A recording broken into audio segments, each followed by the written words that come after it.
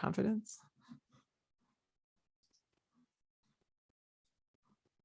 All right, we are live. Hello, everybody who's watching us here on YouTube. Welcome to a Smörgoåliesbord. You know, Brian, it's like I wanted to call the Smörgoåliesbord 2021, but I think the last Smörgoåliesbord we also called Smörgoåliesbord 2021 since it was going into the 2021 season. So I think we have to officially call this Smörgoåliesbord 2021-22. Oh, that's very inconvenient. Yeah, because we like to just use 1 year because Smörgoåliesbord is already such a mouthful. Okay. Because the problem was 3 seasons ago, we called that one Smörgoåliesbord 2020. So that's why we had to call the next one 2021. Right. Well, what have we been we weren't planning ahead. The NHL, well, we didn't know that a season was going to only be, it's very rare to have a season that's all through just one calendar year and that's it. But that's why this episode is going to be a mess, because we're going to be trying to read into things that happened in this weird season that's probably not representative of anything. A little preview. Like I do a 3-year weighted average for goalies who have their like 3 years of data to just get a sense of how they've been doing. And I waited, Elon, because I know how concerned you are about taking anything away from the last season, except of course from how great Thatcher Demko was. That's the one takeaway you're happy to make. Get it all out now before the show. I don't want to have any side jabs. I want new listeners to think that we're two friends that agree and respect each other. But I waited the last season low. Oh, okay. That's not exactly my opinion. My opinion is not to weight it especially low, but it's more just don't weight it especially high. So I think if you made them all even, I'd be cool with that. But Dom weights the most recent seasons higher. And me in my brain, I don't do weighted averages when I'm deciding goalies, but when I'm just thinking of goalies in general, I'm always looking at the last season's stats as a big part of it. And so I'm just saying to maybe decrease that a little, but I'm not saying to make it lower than the other ones necessarily. Well, so I have the weight I have is 30% last season, 50% the season before, and 20% the season before. Yeah. Well, what do you think of that? I'd probably just go 40, 40, 20. That's what I would do. Okay. You know what?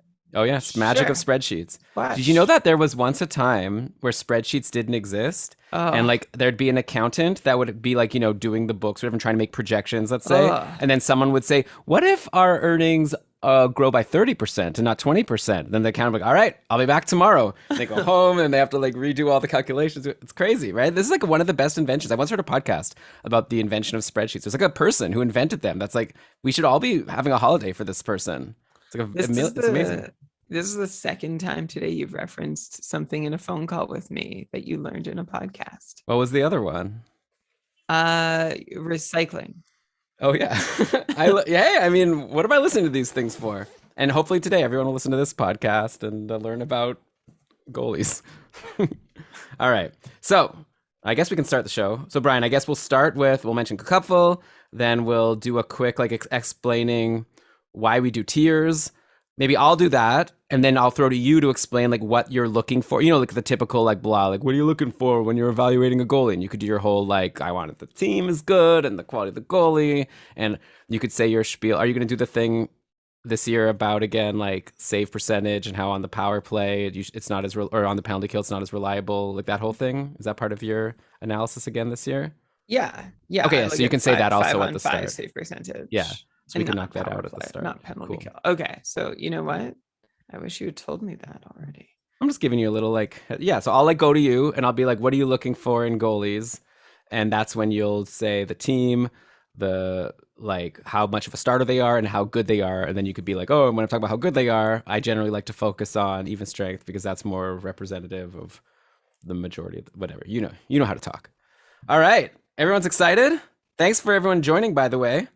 We got John, Jeremy, Prince, Kevin, Josh, Adam. What a crew. All here. We can't mess up now because we have our that'd cool be so embarrassing here. If we messed up in front of them. No, I was thinking more we won't mess up on the main show because if we make a mistake that someone here will correct us. They're gonna hold us. Yeah. It's good. It's a good group for accountability. Yeah. All right. So I'm ready to go if you are. Yeah, almost. Always last minute adjustments are good. Well, you just told me stuff. I think you're gonna regret not combining those tiers as I suggested. I'm not gonna regret it. I feel great. You don't regret anything. I mean, what's the last thing you regretted? Wow. I mean, definitely like a lot of things from the last fantasy. I didn't win, right? Like there's things I could have done differently.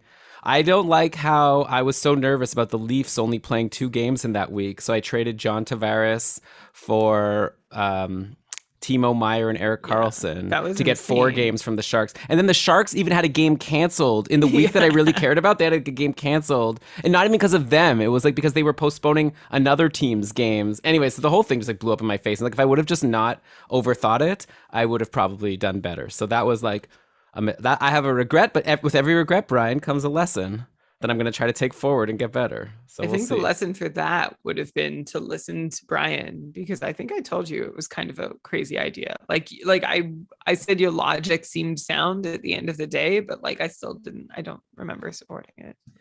By the way, Prince, bless you. Excuse me. Sorry. Prince asks, I wonder how far Gibson dropped. He's dropped. We were considering dropping him even further. We had a last minute. So we'll talk about it on the show. We gave him a last like stay of execution, where he gets to still be in the same tier as people that now I'm looking at it. It's like I kind of disagree. So I don't know. We'll discuss on the show whether he's too high, but we'll get there. John is asking a very good question, which is whether I wait by year or games. Because like, you know, if you played 1 game in 2021, of course, and you had a 950. That shouldn't hold the same weight as playing 40 games the year before and having a 909. Yeah. Maybe it should be like however many days ago the game was. It like the weight changes. It could be like a normal distribution. You know what I mean? Like it's kind of like not normal, whatever, one of those distributions. Yeah. So that would be super cool and something that I'm not a spreadsheet wizard. I bet you could do it if you took like a couple hours. Like a course. No, I just meant like I don't think you need a course for that. I'd have to find the data and then I have to learn the spreadsheets. I think all you would need is like what the form. You would need to have all their games. You would need to have a data set of all the games. Yeah. I'm not necessarily a scraper. I'm sure we could find like a CSV of like all the games of each goal. Like Frozen Tools has the game logs. So you need the game logs. You have the date. Then your formula could say like how many days ago was each date. And then you just have your formula for the weight depending on how long ago it was. Okay. So maybe. So that sounds great. If you could just whip that up. That's useless. In the end, it doesn't matter because predicting goalies is impossible. Yeah, and all this like previous data, here's the secret that won't be on the podcast. This is just for the video people. It doesn't matter like what their numbers were last year because some people go from having terrible numbers one year to great numbers the next year. And so what are you supposed to do? I don't know. These goalies.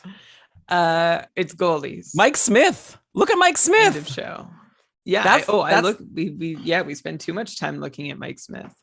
That's what I'm saying. It's like, that's all you need to like, when you ask me like, how do you think this goalie will do next year? I'll be like, I don't know. Mike Smith was garbage for 3 seasons. And last year was like a fantasy MVP. So how do you explain that? I don't know. You don't. Magnets. Just be like, you try your best. All right. Same thing. Let's start the show. Yeah. To answer John, my 3-year weighted is just to eyeball. It's not a part of a bigger thing. So don't worry that I haven't done it purely scientifically. Goalies aren't scientific. It's been proven. Yeah. Scientifically proven that they're not scientific. All right. So shall I start the show? Yeah. Let's get it started. Okay. Yes!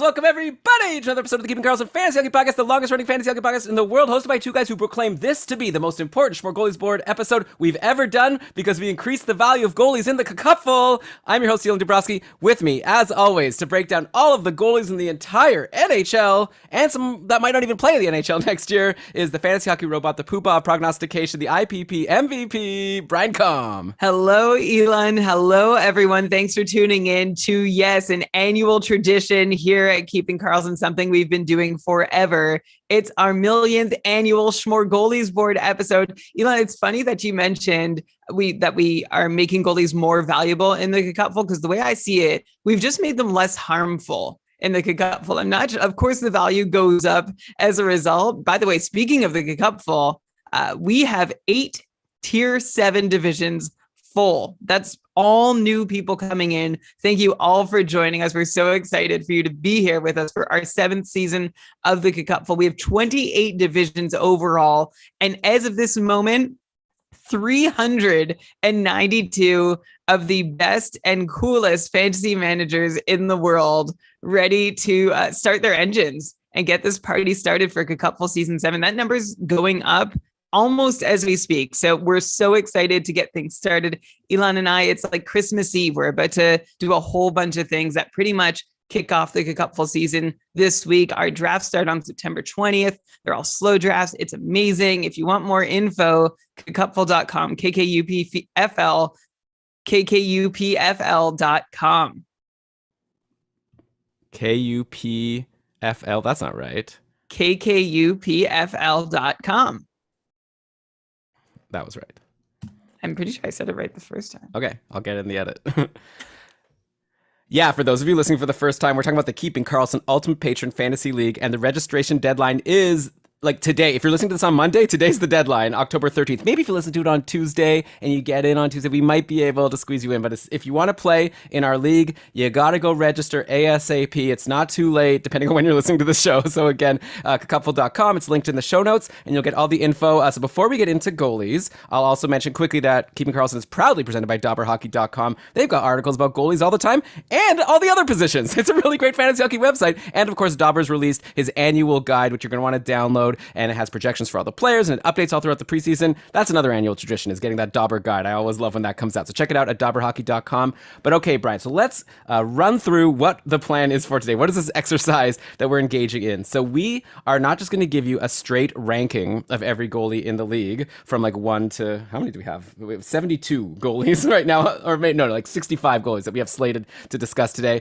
We're not just going to rank them. What we're going to do is break them into tiers, where basically what we mean by a tier of goalies is we're saying all the goalies in this tier we see as pretty much the same. Like, obviously there's like little differences, and when you're in your draft you have to decide who to take. But the strategy that I like to use when doing a snake draft is, let's say it's my pick and I see that there's like 5 goalies all in the same tier that are available, and I don't know who I necessarily want from them. I know there's 5 of them. I know necessarily I don't even need to pick a goalie this round, because I could wait, take maybe a defenseman when there's maybe only 1 or 2 really good defensemen left, and probably one of those 5 goalies will still be available for my next pick. So it's just a good way of strategizing. Also, you could sort of go into your draft strategy, okay, I'm going to try to get like a tier 3 goalie and then a tier 6 goalie. So it just really helps to categorize and organize these people. So of course, that said, we always get it wrong because goalies are impossible to predict, but we're going to do our best. So we've broken down the goalies into, looks like 12 tiers of different goalies, and we'll explain what we mean by each tier as we go.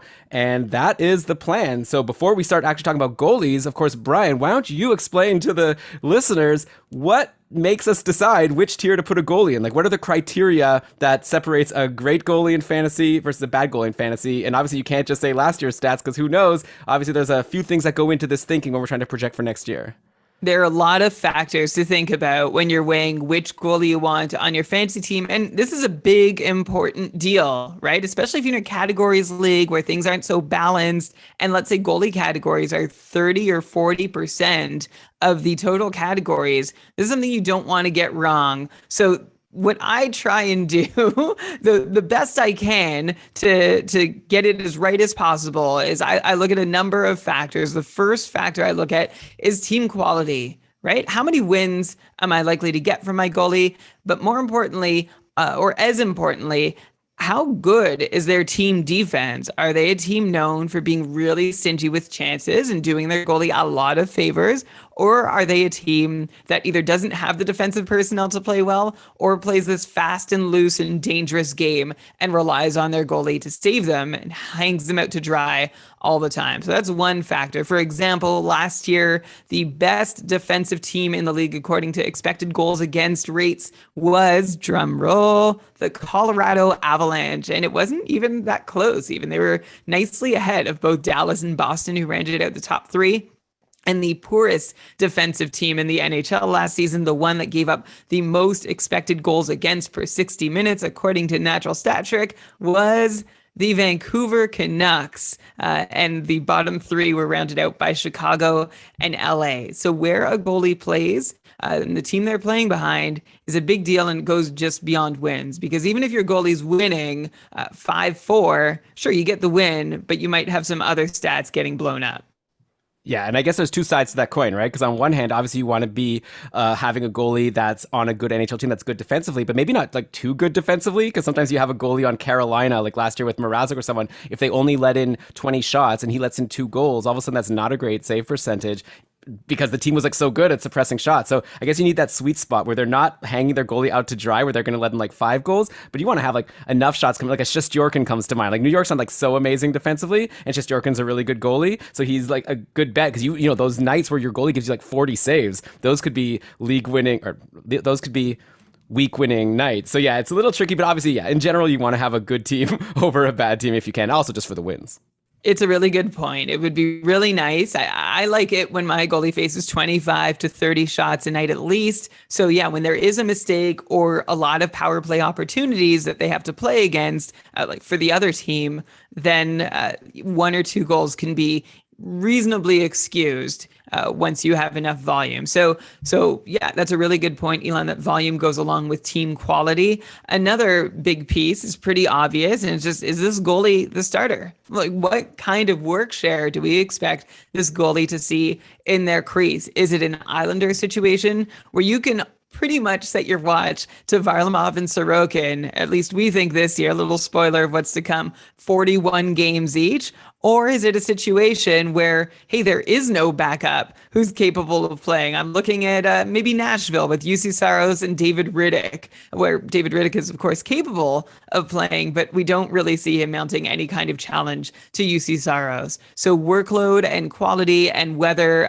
like someone, the quality of the backup, the challengers in the same crease fighting for time, is another thing that we're trying to figure out, because we want a goalie who's going to be able to play a lot of games and not spend a lot of nights on the bench doing nothing for our team. And then, of course, those are both contextual things, the team and the intra crease competition. But of course, we want to try and figure out, hey, is this goalie any good, actually? And man, if you can solve that, if you're listening to this podcast and you've figured out a way to do it, you can tell us, please, but you could probably tell any NHL team and they will pay you a handsome, handsome sum, because goaltending is, and projecting goaltending is not something, with all the data we've had and all the experiments that have been run recently, we don't really know. We don't know what's going on with goalies. We're still trying to figure out exactly how you predict and project goalies, even goalies' own results, even when they stay with the same team and the team in front of them stays the same, aren't necessarily repeatable year after year. So I can only do the best that I can with the data that we have and the knowledge that we have about how to predict goalies. And basically, I'm just saying, okay, did this goalie put in quality performances? And to do that, I'm going to look at a few things. I'm going to look first off at all their numbers at 5-on-5, because that's the game state that a goalie plays the most often in, versus how a goalie does on the penalty kill. That fluctuates wildly from year to year, because your penalty kill minutes are such a small sample, and anything can happen in a small sample, right? The bigger the sample is, the more reliable things are from year to year. There's been a lot shown in how fluid and volatile that shorthanded save percentage can be for a goalie. So it's not something I ever put stock in, whether it's really high or really low. I focus on their 5-on-5 numbers. And the 5-on-5 numbers that I like to focus on are their 5-on-5 save percentage, which is exactly what it sounds like. What's their save percentage like just at 5-on-5? Take out all the other situations. Again, you might be saying, well, what about 4-on-4, 3-on-3? Those are rare game states relative to how often goalies play at 5-on-5. And then the other stat that I use to evaluate goalie performance is something called Delta Fenwick save percentage. And to explain what that is, first I need to explain what Fenwick save percentage is. I mean, you could just kind of just be like, it's, you don't have to go like do the whole definition, right? You just be like, it's basically how they did compared to average or something. Okay. So maybe you could go from, you said like, and for that I use Delta Fenwick save percentage. Okay. And without going too deep, and if you want me to go deep, become a patron and ask us on the next patron cast, or tweet at us. What's Fenwick save percentage? In short, it's how a goalie fares against all unblocked shots. Oh shoot, sorry. Let me just bring up an actual Okay. All right. I'm just going to go.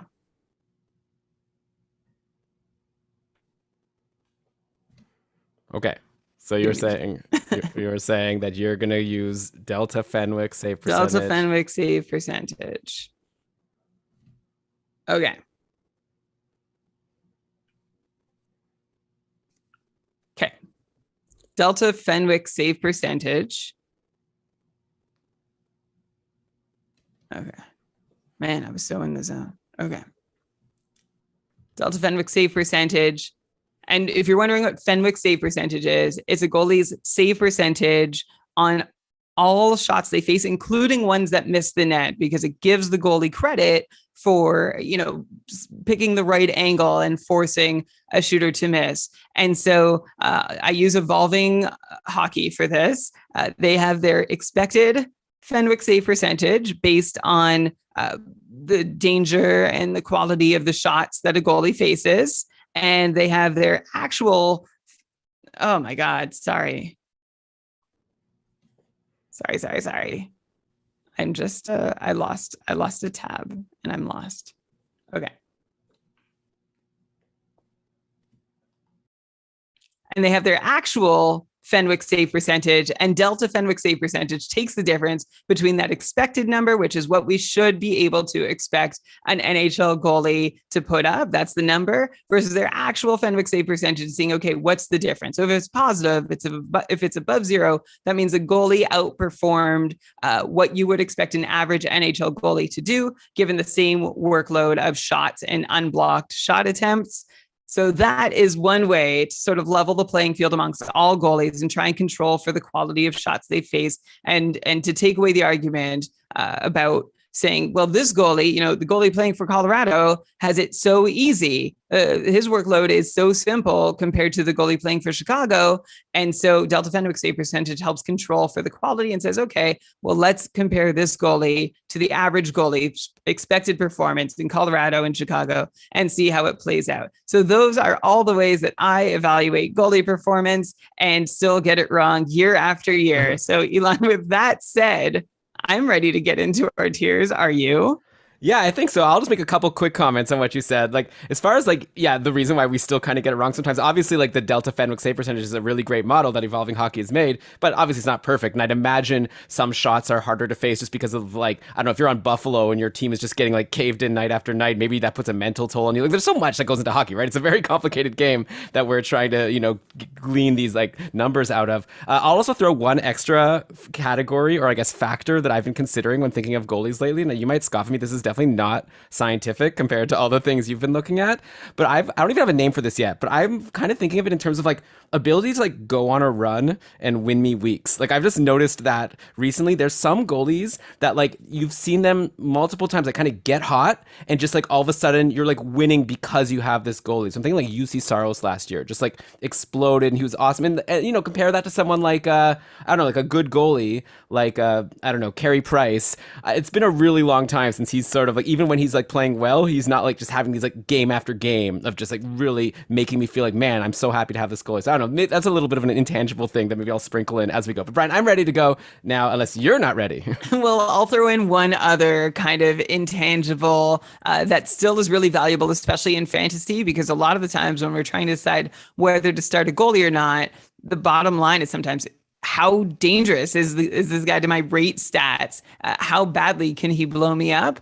And one way to try and work that out is by looking into goalie's quality start percentage, which says how many times a goalie puts up a save percentage that is league average or better, or if they only give up 2 goals, there's some forgiveness there too for giving them a quality start and they pick up the win. But for example, you look at the leaders in quality start percentage amongst regular starters last year. You had Marc-Andre Fleury with 26 quality starts in 36 opportunities, which was 72% quality start percentage. Semyon Varlamov was the only one higher with a 743 quality start percentage. Of course, Ilya Sorokin on the other side of Marc-Andre Fleury. So we know the Islanders do good things for their goalies, but other quality start percentage stars last year were Philip Grubauer, Tuukka Rask, Jonathan Bernier, Chris Driedger, Alex Nedeljkovic, and Igor Shesterkin.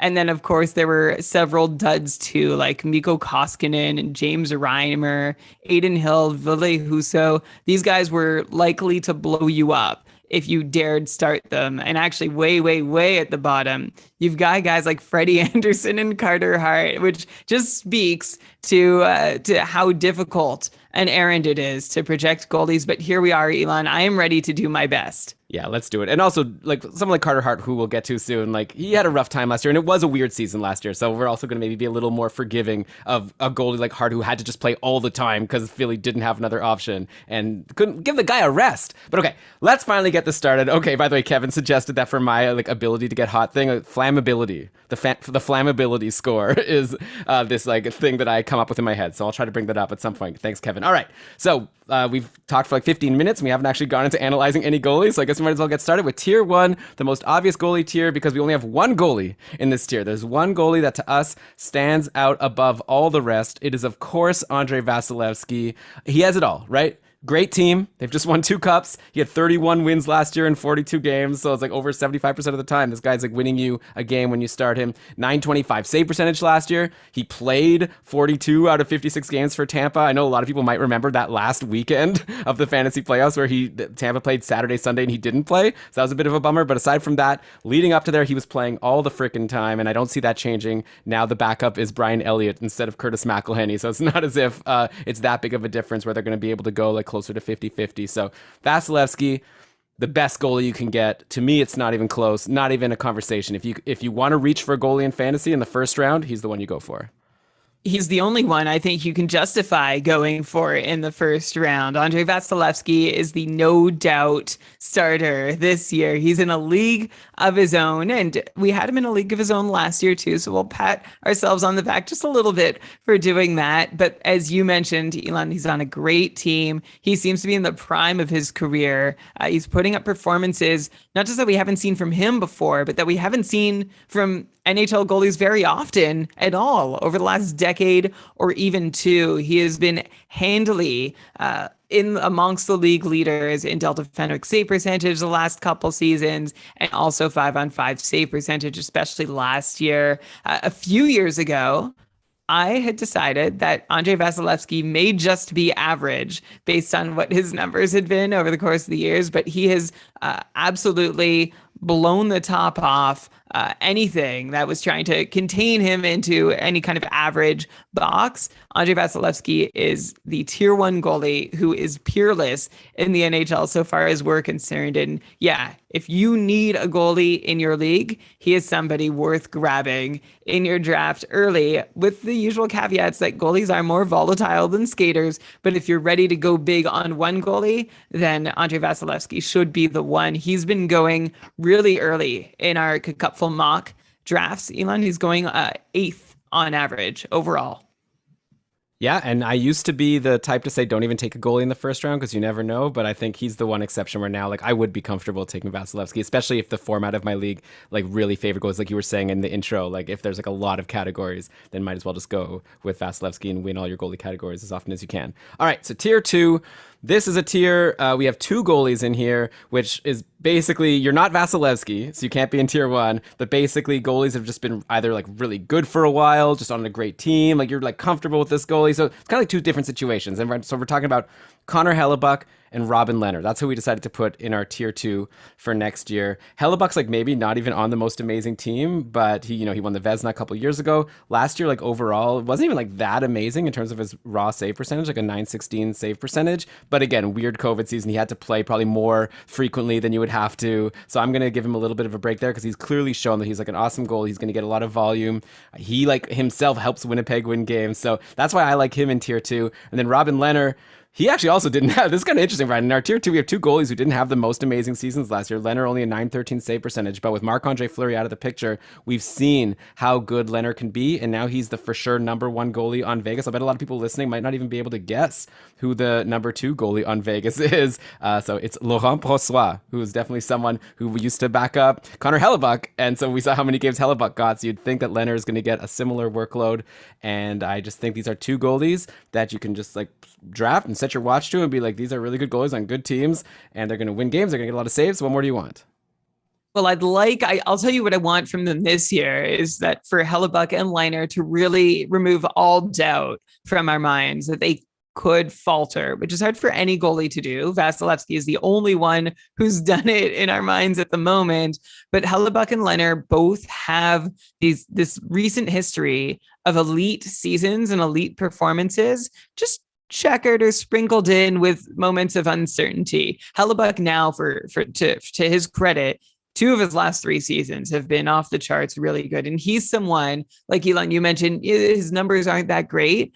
If you use Delta Fenwick's save percentage to control for the difficulty of his workload night in, night out, he was the only reason Winnipeg got anywhere this year. He was hung out to dry night after night and saving their bacon, just as he did in 2019-20 also. So Connor Hellebuyck now, with 2 consecutive seasons of world-beating play, that's something I can really sink my teeth into, especially because it's not the first time or the second time we've seen it from him. He had a really fantastic season a few years ago, but that was followed up by an uninspired campaign. So now that he's done it twice in a row, he's getting older, he's getting more experience.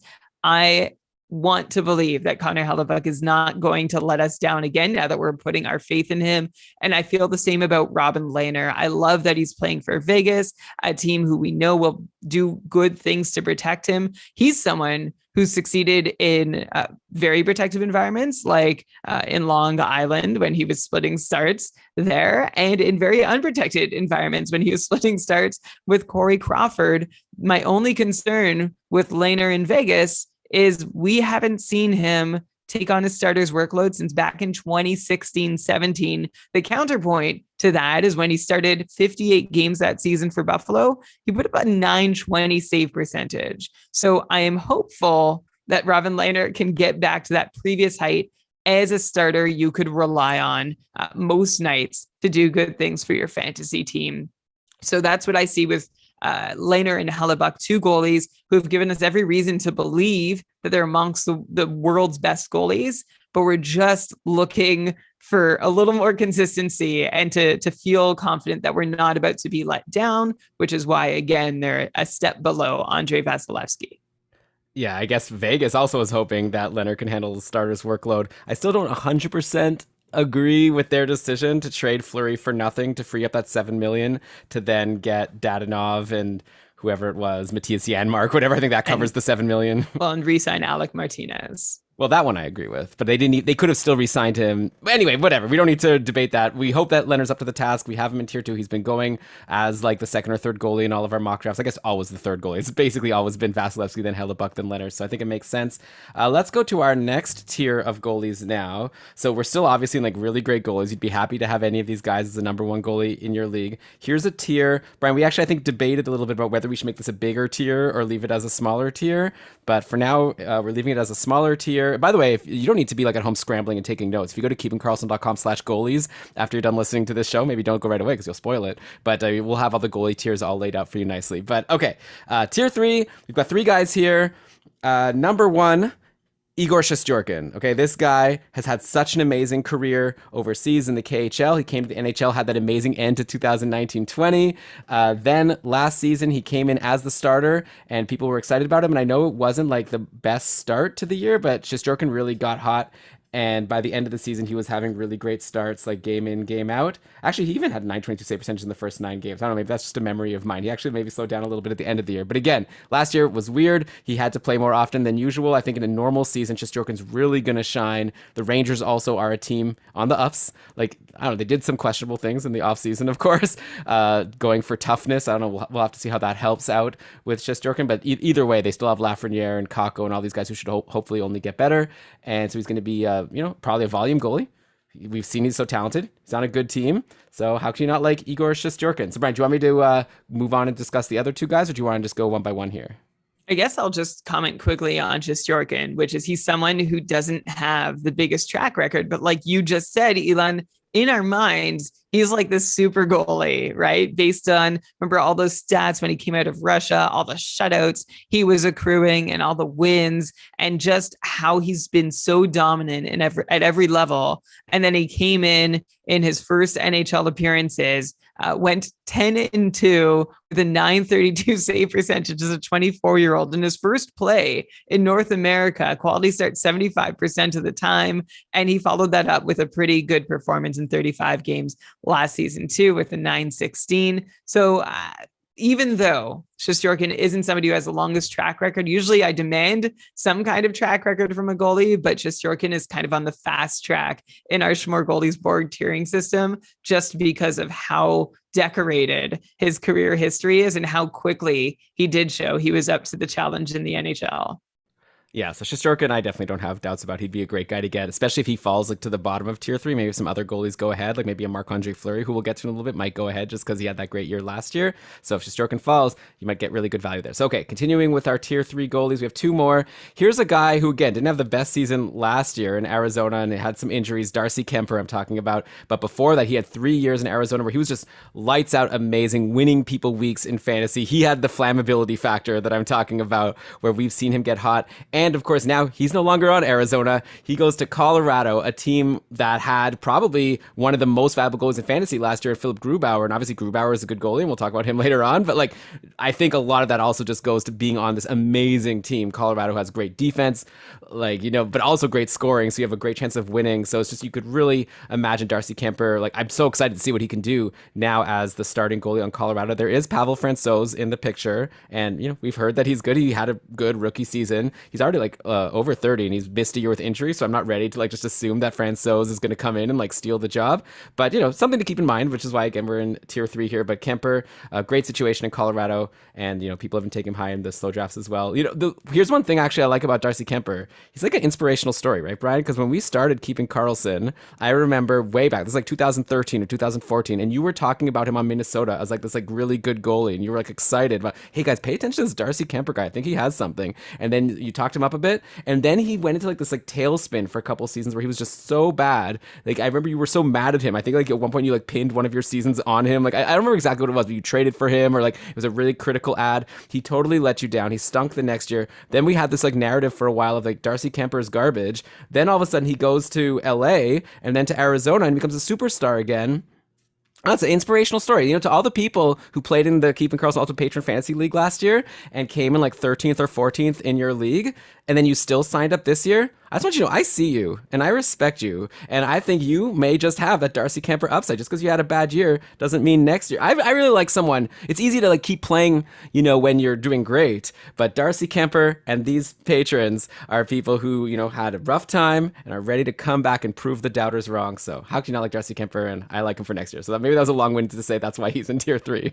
Yeah, he's in tier 3. That's great. We don't judge a goalie by how far they fall. We judge them by how high they bounce back after hitting rock bottom, which actually sounds gruesome when we're talking about people. But I think we'll just carry on without any needed analogy to say that Darcy Kemper seems like a really great option in Colorado. I like that for the team. I like that for the goalie. There were a couple of years where I thought Darcy Kemper was just benefiting, even after, having lost all my faith in Kemper, that I thought he was benefiting from the team in front of him in Arizona, which, yes, believe it or not, there was a time where that was possible based on the defensive style they played.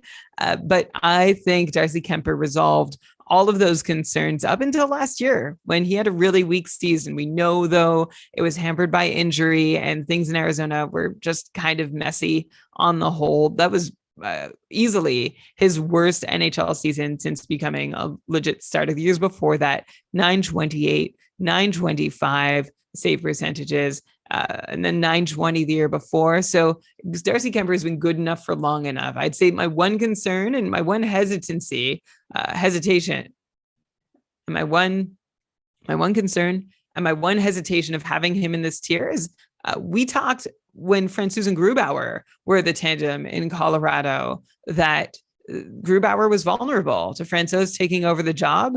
And I think that Grubauer might be better, or at least as good as Darcy Kemper. So I think that makes Darcy Kemper still somewhat vulnerable to losing a bunch of starts. But what should help protect him is the team in front of him. So if he just does a pretty decent job in the starts he gets as the incumbent, hopefully he'll still continue getting a bunch of the starts, but he's more vulnerable than Igor Shesterkin and the other goalie in tier 3, UC Saros. Yeah, Saros definitely. Like, who's the backup there? I think you mentioned it before. David Riddick.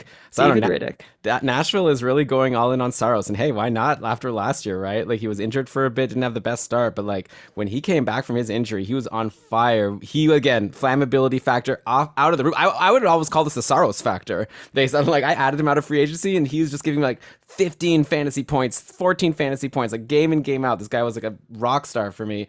At the end of the season, 927 save percentage. And yeah, any concerns we may have had going into previous seasons about, well, maybe like Pekka Rinne might, get a decent number of starts. Like, no, Saros is going to be a big volume guy. He's shown that he could be a really good goalie. So yeah, obviously there's some risk here. He's not Andre Vasilevskiy yet, but this is a goalie that you've got to be excited about in fantasy this year. And I hope he doesn't let us down. I think a lot of people are going to be reaching for him here, and I can't say I would fault them for it. No, I wouldn't fault anyone for being excited by the season UC Saros put up last season. It was fantastic. He led all goalies in 5-on-5 save percentage and in Delta Fenwick save percentage. So look at that. Those are two of the ways that I like to evaluate goalies. And UC Saros beat the entire NHL in both of them. My only concern here, and of course I've got to share the other side of the coin, right, is that it was a 20-25 game stretch that put him there. And we have a track record for UC Saros that goes back several years, and he looks decent, right? He looks like at least an average goalie, which to me is good. Like that's saying a lot about a goalie, that I can count on them to at least be average. The year before last and 2 years before last, UC Saros was not nearly as dominant in the performances that we saw from him. But it's reasonable to think, hey, he's still young. He's just 26 now. Maybe he got better. Maybe he's happy to be taking on more responsibility, which is definitely going to be the case this year versus the last few where it's been like, how are they going to split between Pekka Rinne and UC Saros? So I see a lot of reasons to think that UC Saros could still be really great. But even if he isn't, I still think he should be able to give you at least an average season, which is saying something, because I don't know, Elon, I feel like I could count on two hands, maybe one, the goalies who I trust to at least give me an average season. So UC Saros is one of those with massive upside because of the promise we saw last season. And we've seen flashes of that all through his young career in the NHL. They just haven't always lasted. So let's see if this one does. Yeah, it's actually the second year in a row where Saros wasn't so amazing at the start and then was insane at the end. 2019-20 also, he had this run at the end of the year. He had 3 shutouts in his last 5 games. I'm looking at the game log now. It was his last 10 games of 2019-20 were also just off the charts. So yeah, if anything, if you do, or maybe the move is don't draft Saros, let someone else draft Saros. He'll have a weak start to the season, then buy low on him, get a trade for him, because he's shown us now 2 years in a row that he heats up like crazy once he gets rolling. So something to consider. All right, so that's tier 3. Shesterkin, Kemper, Saros. Let's go to tier 4. We've still got a bunch of starting goalies with high upside, and I guess we're just for each one of them have a little bit more concerns than we have about Shesterkin, Kemper, and Saros. Also, of course, Brian and I made some compromises as we went, so you could let us know, Brian, as we go, if there's someone that you think maybe should be higher. But so yeah, in no particular order as these tiers go. Maybe I'll just name them all, then we can talk about them. So we've got Demko in Vancouver, of course, Jacob Markstrom, Marc-Andre Fleury, our reigning Vezina winner, Carrie Price, who was once at the top of Smörgoåliesbord for years and years in a row and now has fallen to tier 4, and Carter Hart, who may be a controversial pick, and we'll explain why we have him here. So starting at the top, but I'll do a couple. Let's do a couple at a time. So that's your Demko.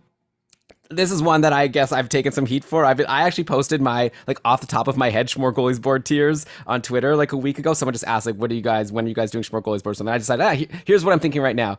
And I actually had Demko even higher. He's someone who I'm pretty excited about for this year, and it's a gut feeling. Sometimes again it's the flammability. Last year I just remember runs where he just was game in game out doing so well.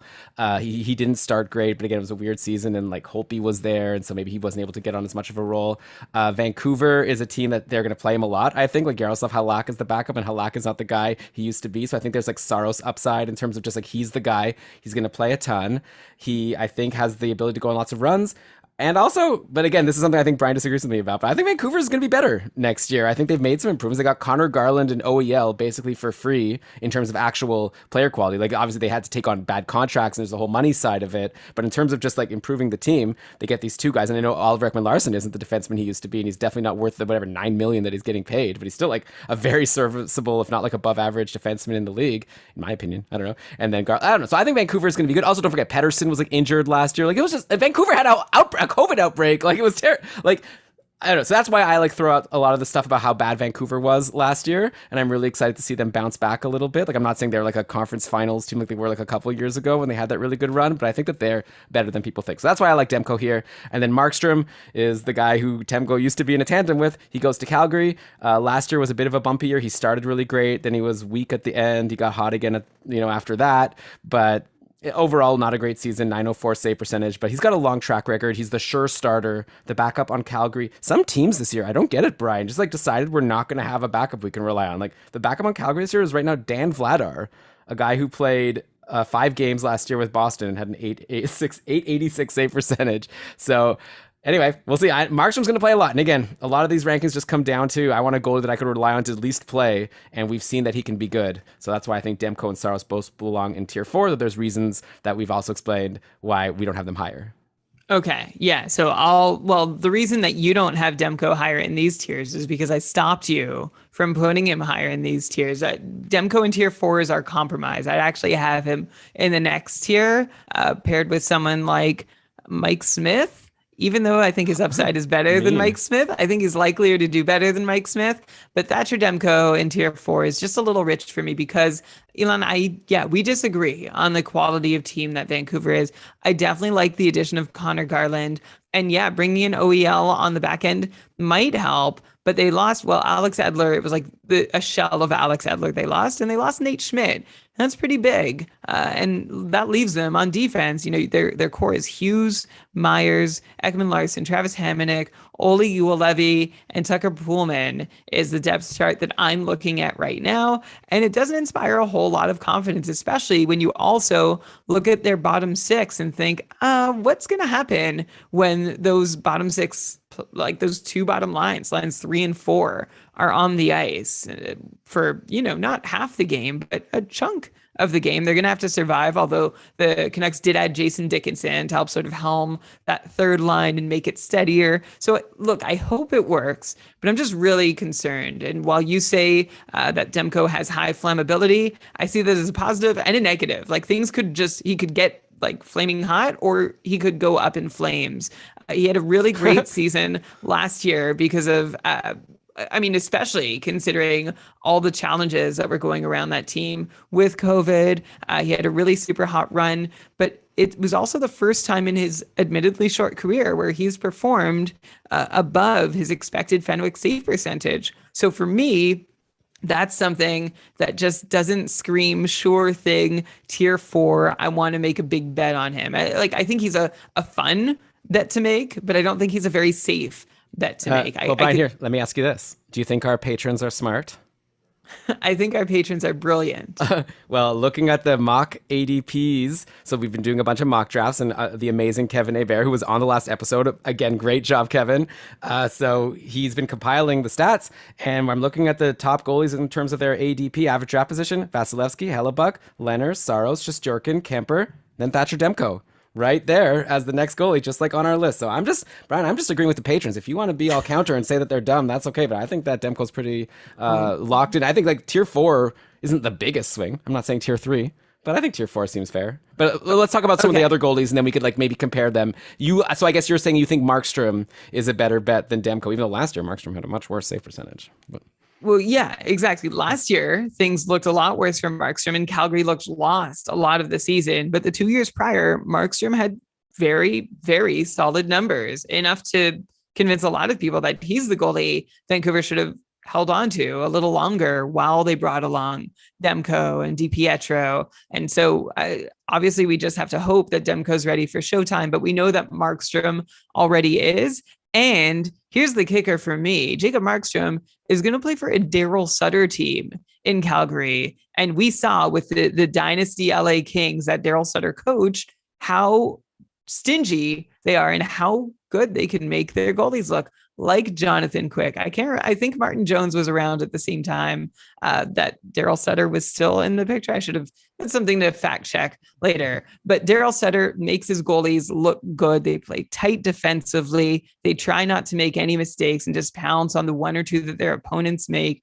And so that's why I feel pretty good about Jacob Markstrom going into this year, better about him than I do Thatcher Demko. But if you want to pick the guy who has the higher upside, go Demko. If you want to go with the more conservative pick and you just don't want to worry about volatility, I'd go Markstrom.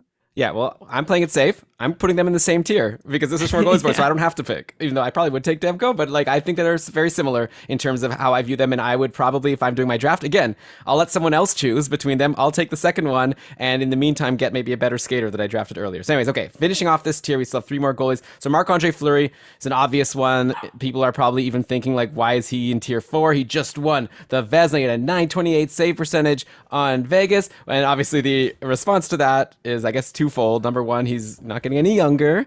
And secondly, he's now the starter on Chicago, which is a much worse team. Hey, we saw Robin Leonard do well in Chicago, but I don't know. We'll see if Fleury's up for it. We also saw Fleury struggle way back in the day when he was on Pittsburgh, and then he went to Vegas and became amazing. Like, obviously, he was very... Oh, go ahead. Interject just for a second, because we're forgetting this thing that happened just 2 seasons ago. Like, Fleury was amazing last year. 2 seasons ago, Fleury was a .905. Like, you were painting the picture, and rightfully, that, you know, when Fleury was off to Vegas, it seemed like he was on his last legs. Yeah, he'd be a good face of the franchise, but he wasn't going to be a great goalie for them for very long. And then he surprised everyone with an amazing season, like all of Vegas did. Then he had an average season the year after, then a below average season the year after with only 50% quality starts. And he started 48 games. So if you had Marc-Andre Fleury, he was blowing you up. Had 24 of those 48 times you had him in the crease. And then, had this otherworldly, one of the best seasons of his career last year. So, Elon, I'll let you finish your point, but let's just not there's recency bias, both good and bad, for Marc-Andre Fleury. You know, that's definitely, Cody's scratch. Dina, Cody wants to get out of here. I heard Cody bark before when you said Fleury. Sometimes she has a little, what's it called? There's a word on TV shows when someone comes in. Man, my brain is bad. Okay. Oh, yeah. So anyways, Fleury, yeah. Cameo, yeah.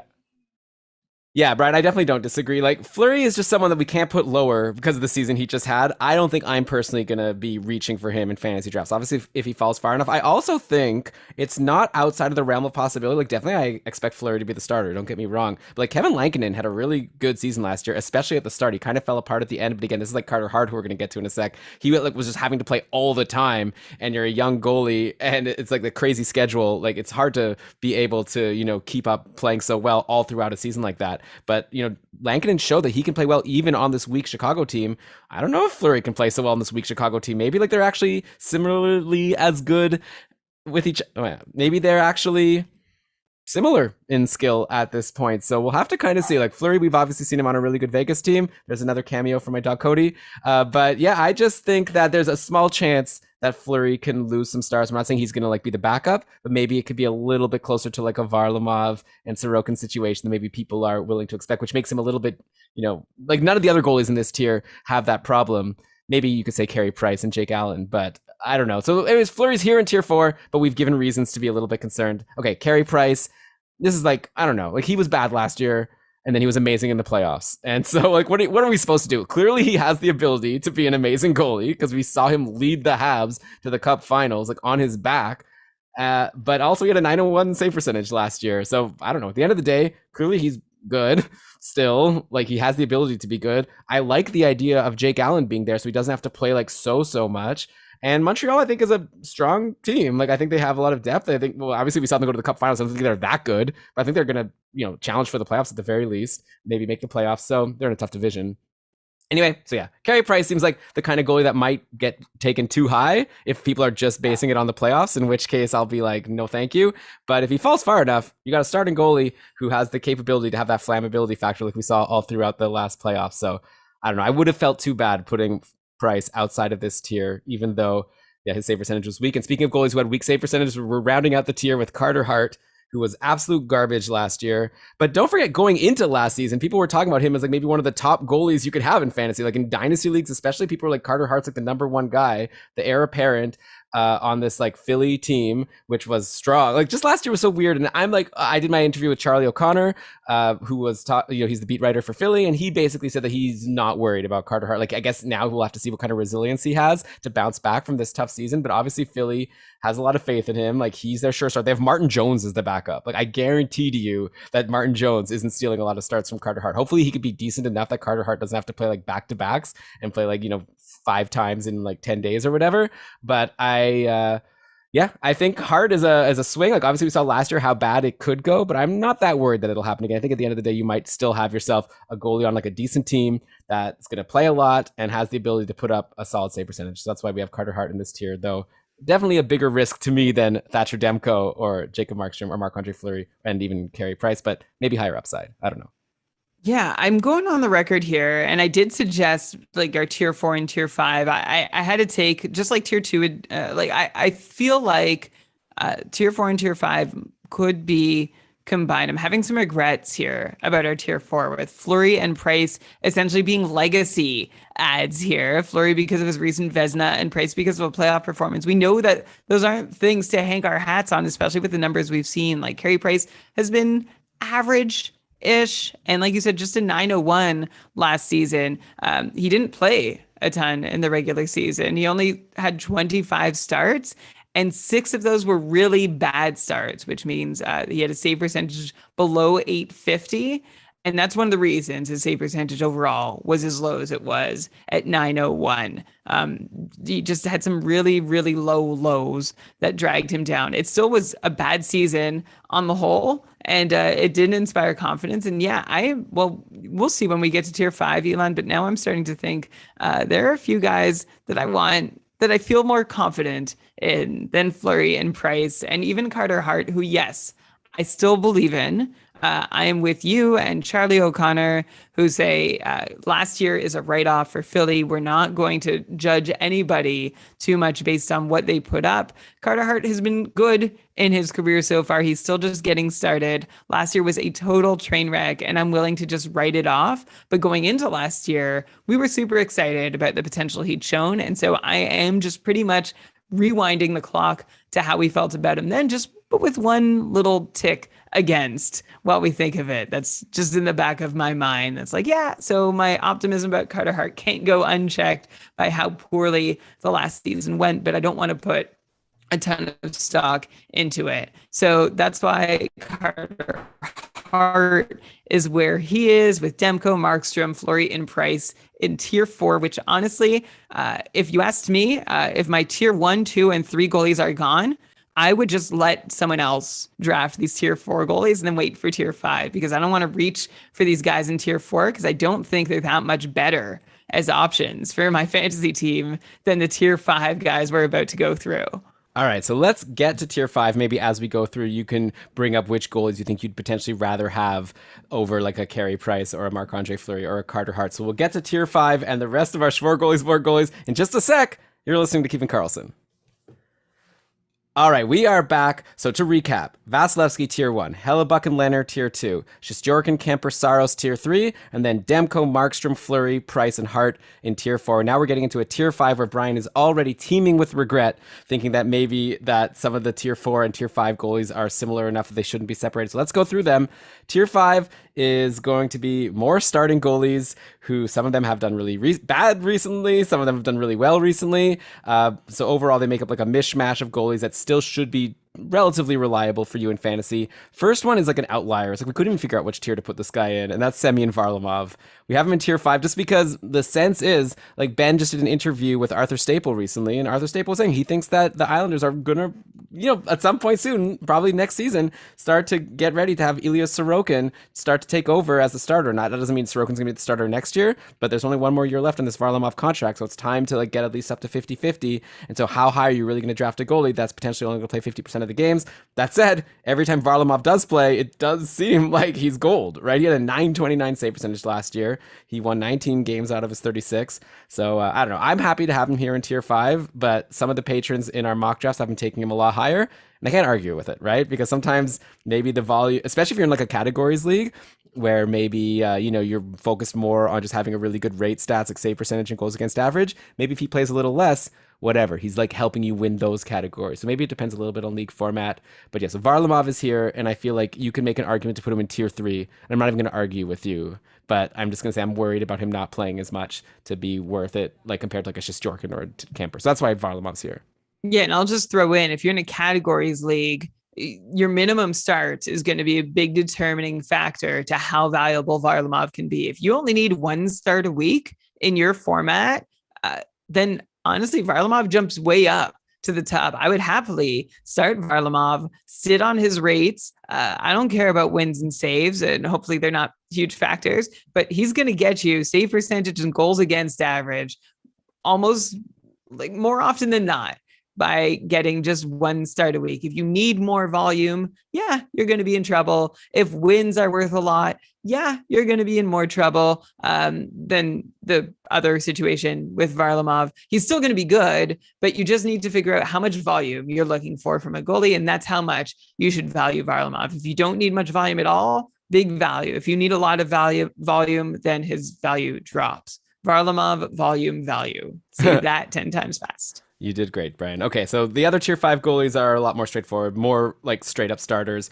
So we've got Mike Smith, who we brought up. What a weird goalie, right? To me, this is the guy that's the example of why it's hard to predict goalies and why maybe this is a silly exercise, because Mike Smith was brutal for a couple of, well, not brutal, but he like wasn't that amazing. No, he was brutal. Okay, fair enough. I mean, Brian obviously likes to be harsher on some of these goalies, but Mike Smith obviously used to be really good back when he was on Arizona like 10 years ago or something, and he's had a good long career, but now he's like, what is he, 40 years old, 39, 40? But somehow last year, at the twilight of his career, he had a 923 save percentage, 21 wins in 32 games, stole the job from Koskinen. I think going into last season, we assumed that Mike Smith was injured to start the year, right? So Koskinen we thought was going to be the starter, and we thought he'd be reasonably okay because Koskinen was actually pretty decent the year before. And now I think we have Koskinen in our very last tier, or almost. So it goes to show how, especially in Edmonton, it's especially hard to predict these goalies. But as of now, as far as we know, they've brought back Mike Smith. He's, I assume, going to be the starter, considering how weak Koskinen was last year. And going by last year's numbers, how can you not want him in tier 5? If he keeps falling, you've got a starting goalie on a team that, like, even if he's just average, it might be enough to get you wins just because that offense is able to score so many goals with McDavid and Draisaitl. So, yeah, I mean, I'd be pretty happy to get Mike Smith, especially if he's falling to, like 13th, 15th goalie in my draft. I'm just going to repeat. He was brutal the years prior, and it's very possible he's going to return to being brutal this year. The good thing that Smith has going for him is there is nobody to push him. You've got Mikko Koskinen, who has also been brutal as of late. I thought he could at least push Mike Smith enough to get some more starts. Last year, that was impossible. But even over the last few years, Koskinen has not played consistently well enough to justify giving him half the team starts. Unfortunately, the Oilers might just not have a goalie that they can justify giving half the team starts to. He had a pretty good season in 1920, but that's been the lone bright spot over the last little while. So I would say that's the reason that Mike Smith is up here, is because he's got McDavid on his team. He has very little competition. And so really he just has to be okay.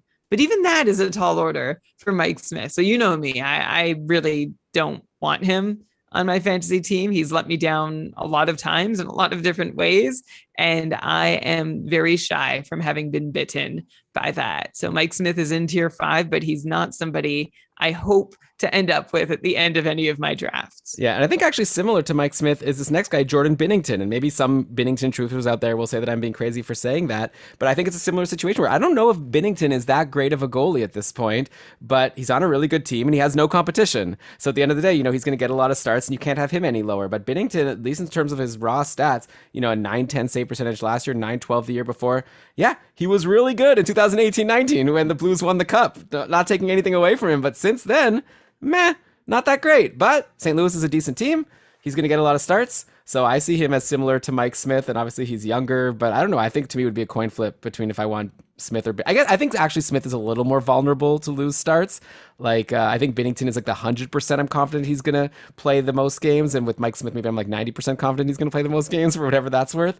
But yeah, I don't love either of these guys, but they're in really good situations. I'm going to go with a hard disagree here, Elon, that Binnington and Smith are similar, although they might land in the same tier.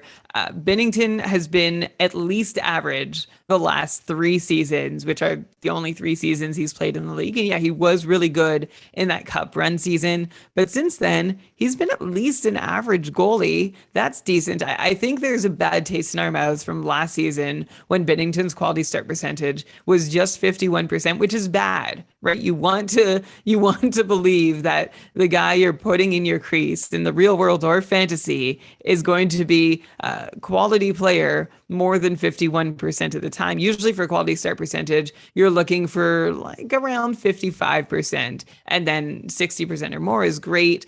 Below 50% is really bad. So Binnington was just on that precipice, and he blew up a little more than anybody would have liked. And I think that's the reason he's being, I think, undervalued this season by, like, if you're saying you don't think he's a very good goalie, I can tell you his Delta Fenwick save percentage has been above his expected number every season in the league. So I have no reason to think that Jordan Binnington is a bad goalie. Yeah, he's had some bouts of inconsistency lately, but you compare his numbers from the last 3 years against Mike Smith, and there is one very, very, very clear winner here. And again, I'm going to go with what I said before, and like the Brian edit to these tiers, and I want to be very clear about this, is that tier 4 and 5 could absolutely be combined, because I would be taking Jordan Binnington ahead of Demko, Markstrom, Flurry, Price, and Hart. Like I would actually take him above any of those tier 4 goalies now that we're in the zone here talking about it.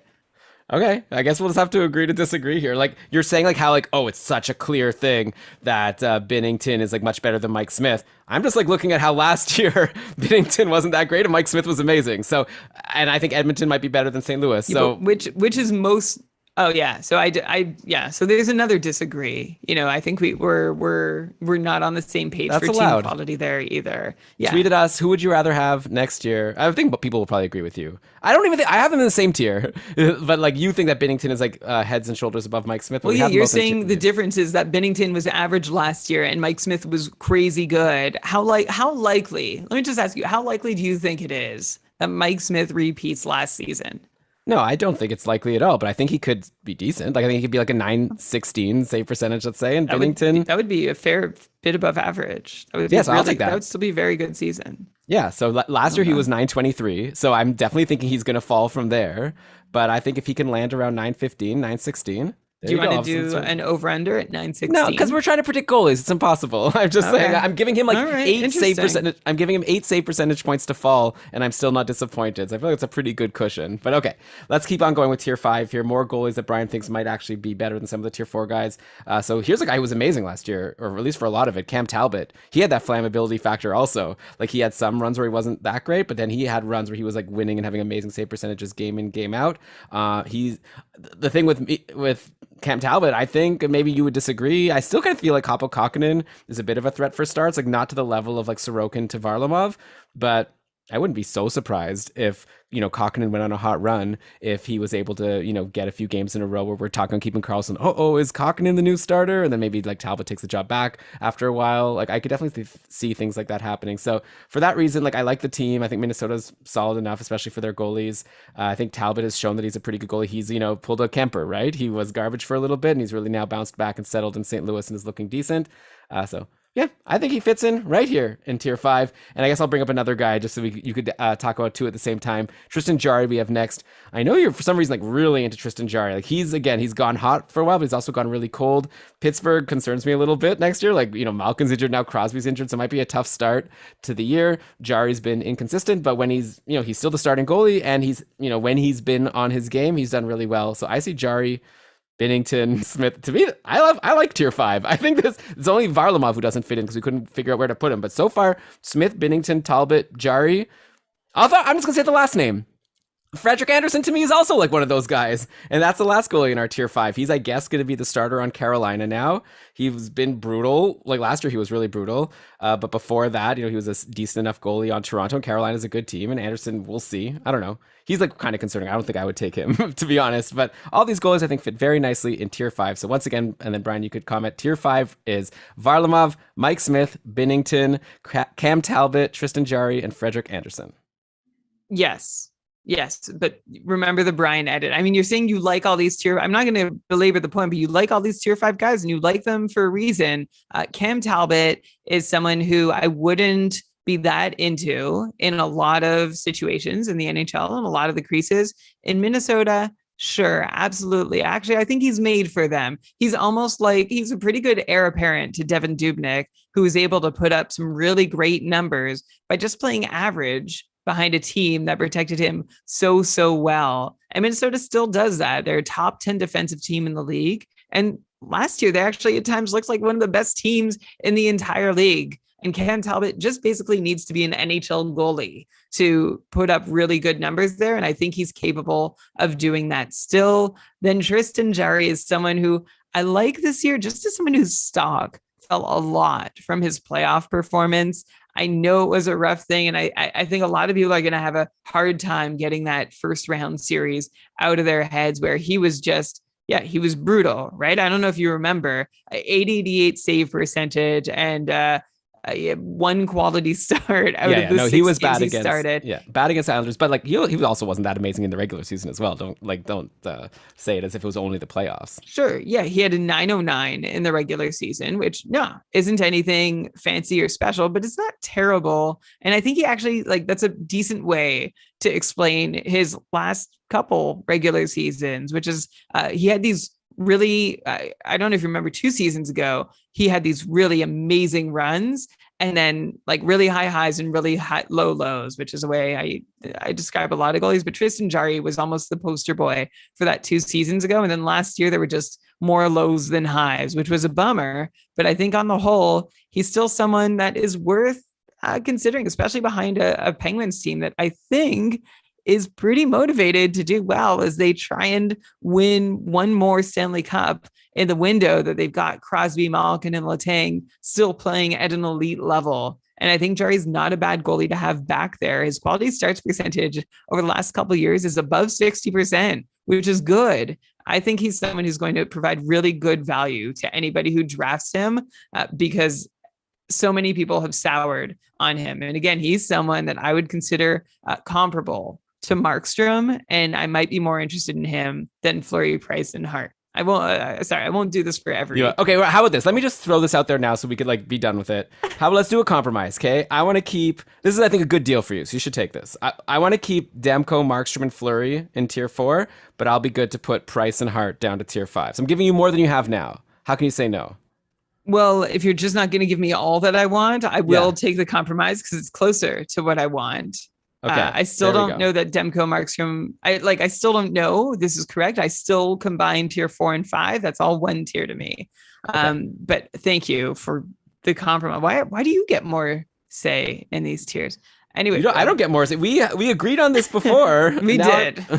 We did. Elon and I spoke about 9 hours ago to hammer out our tiers. So I had my chance to voice more of a problem earlier. And then, Freddie Anderson in Carolina, that could work out. I think the biggest concern is that Carolina has been a team that likes to keep their goalies rested, maybe because they're scarred by how often they've been injured. It's been a really, really long time since Carolina has had a goalie that's taken on a true number 1 workload. And of course, Freddie Anderson has also shown himself to be somewhat injury prone. So I think Antti Raanta isn't going to push too hard because Antti Raanta, when he pushes hard, he gets injured. But at the same time, I just don't know how many starts Freddie Anderson is going to get. I think last year he performed more poorly than he should have because he was playing through injuries for a bunch of it. And I think to his detriment, but he has so the last couple of years have not gone well for Freddie Anderson, but outside of them, he had a lot of good years coming into these bad 2 recent years.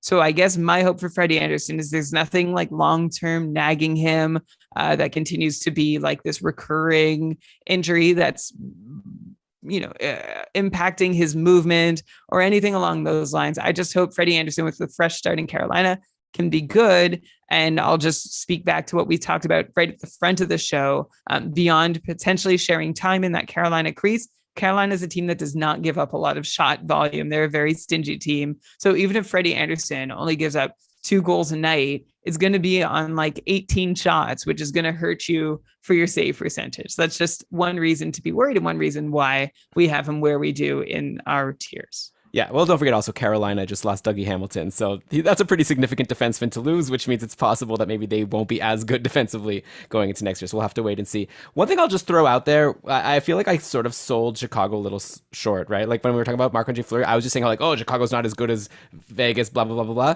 I'm actually kind of into Chicago. Like, again, like Chicago I think is better this year than next year. Like they got Seth Jones, and again, you could argue about the package they paid and the contract they gave him, but he's obviously like a very big upgrade on anyone they had on defense last year, and they've also got Jonathan Taves coming back, who's like obviously a very good player if he's back at 100%. So I am like, that's the reason why I like Fleury still where he is, because I think that Chicago could actually be a decent team. And I think Fleury's obviously shown that he's still a decent goalie. So anyways, not to like argue about tier 4 and tier 5 too much. So let me just recap. Okay. Tier 4, we've got Demko, Markstrom, Fleury. And then tier 5, we've got Varlamov, Mike Smith, Binnington, Talbot, Price, Hart, Jarry, and Frederick Anderson. And now we get to move on to tier 6. Yeah, we'll see how vulnerable Fleury is in Chicago. It's kind of poetic that Lehner thrived being that vulnerable in Chicago and then struggled once he got back into a protected situation in Vegas.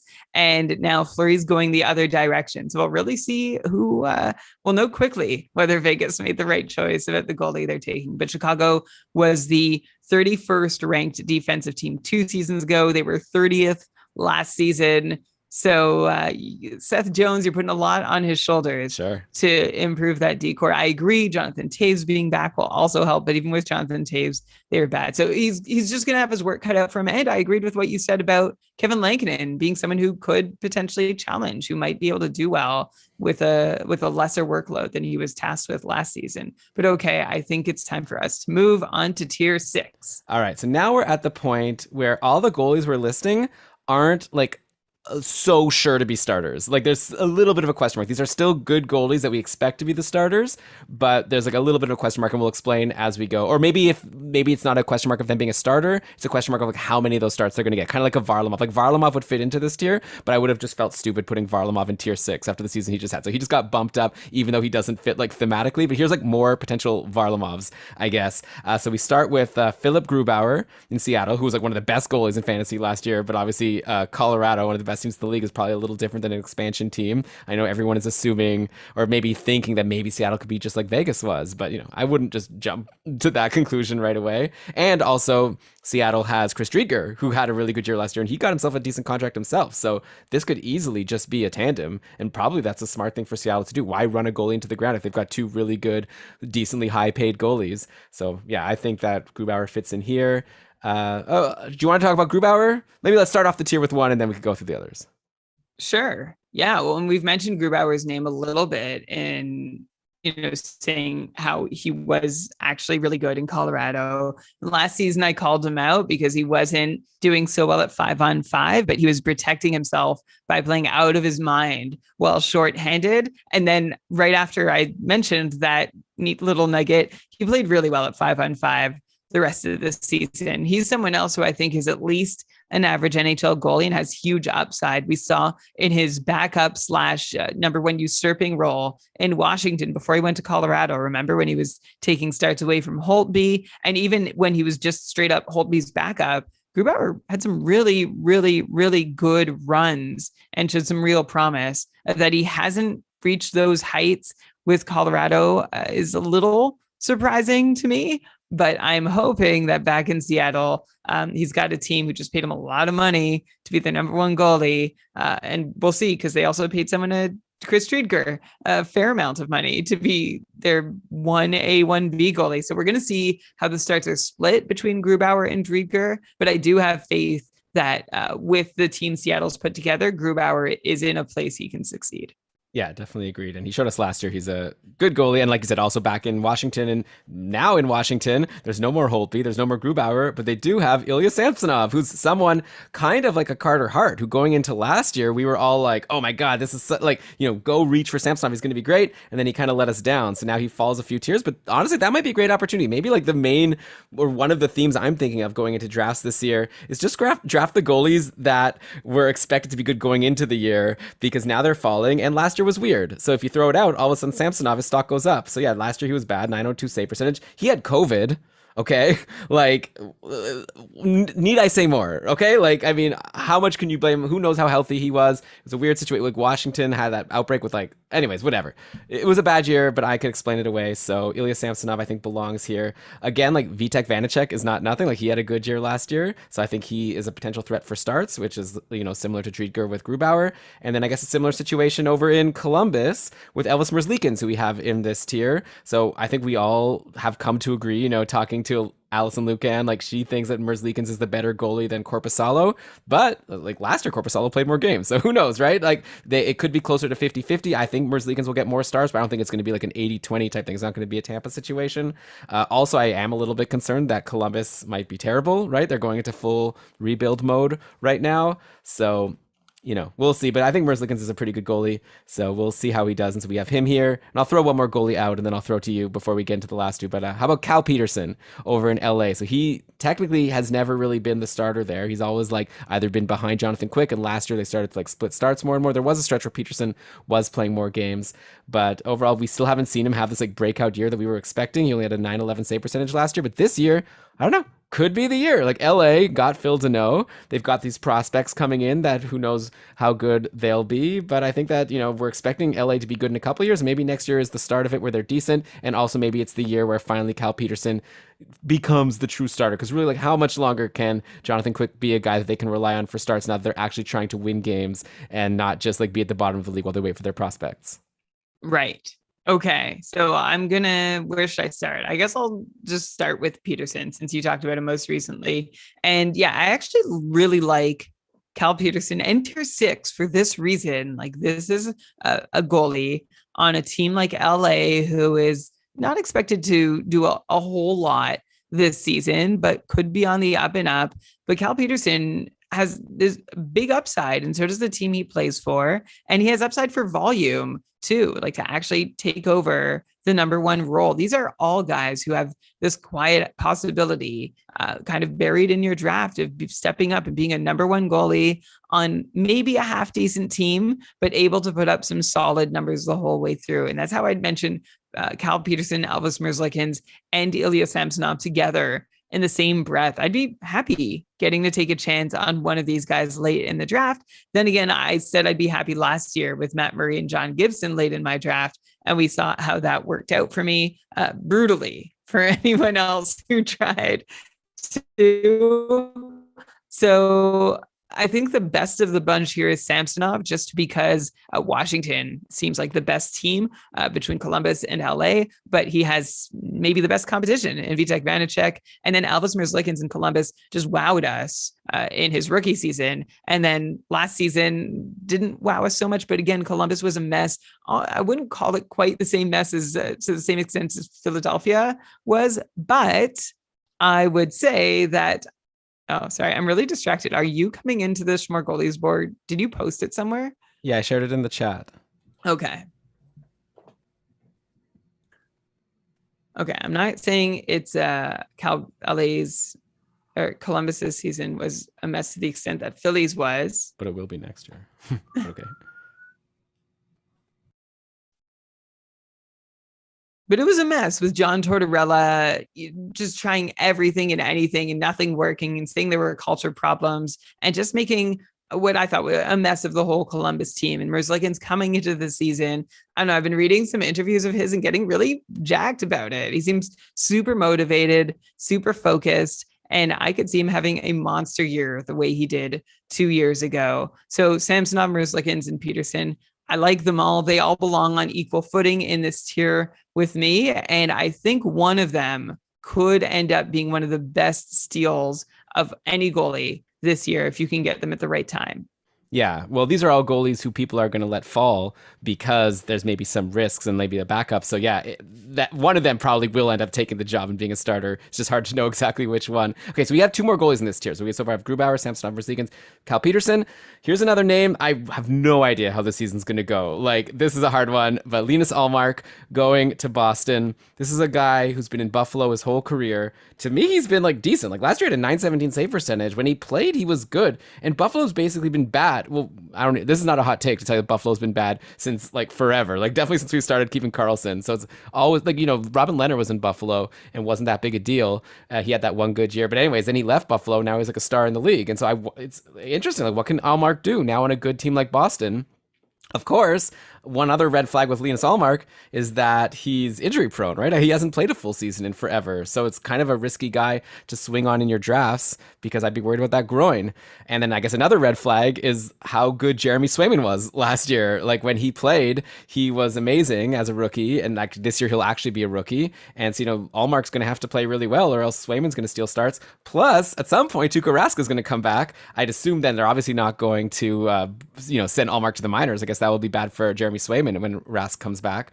But Ullmark then could like lose the starting job. So there's like a huge upside here because again, all that said, like he could be the starting goalie on Boston, and we've seen how good having a goalie like that can be. And Swayman may not be ready to be like the Halak and just play 50% of the games. Like I know he had that good run last year, but it's possible that Ullmark is going to come in, if he's healthy, be a decently good volume starter on this like great team, and it could just be amazing. So I've really thrown like so many scenarios, and so in the end we have him here in tier 6.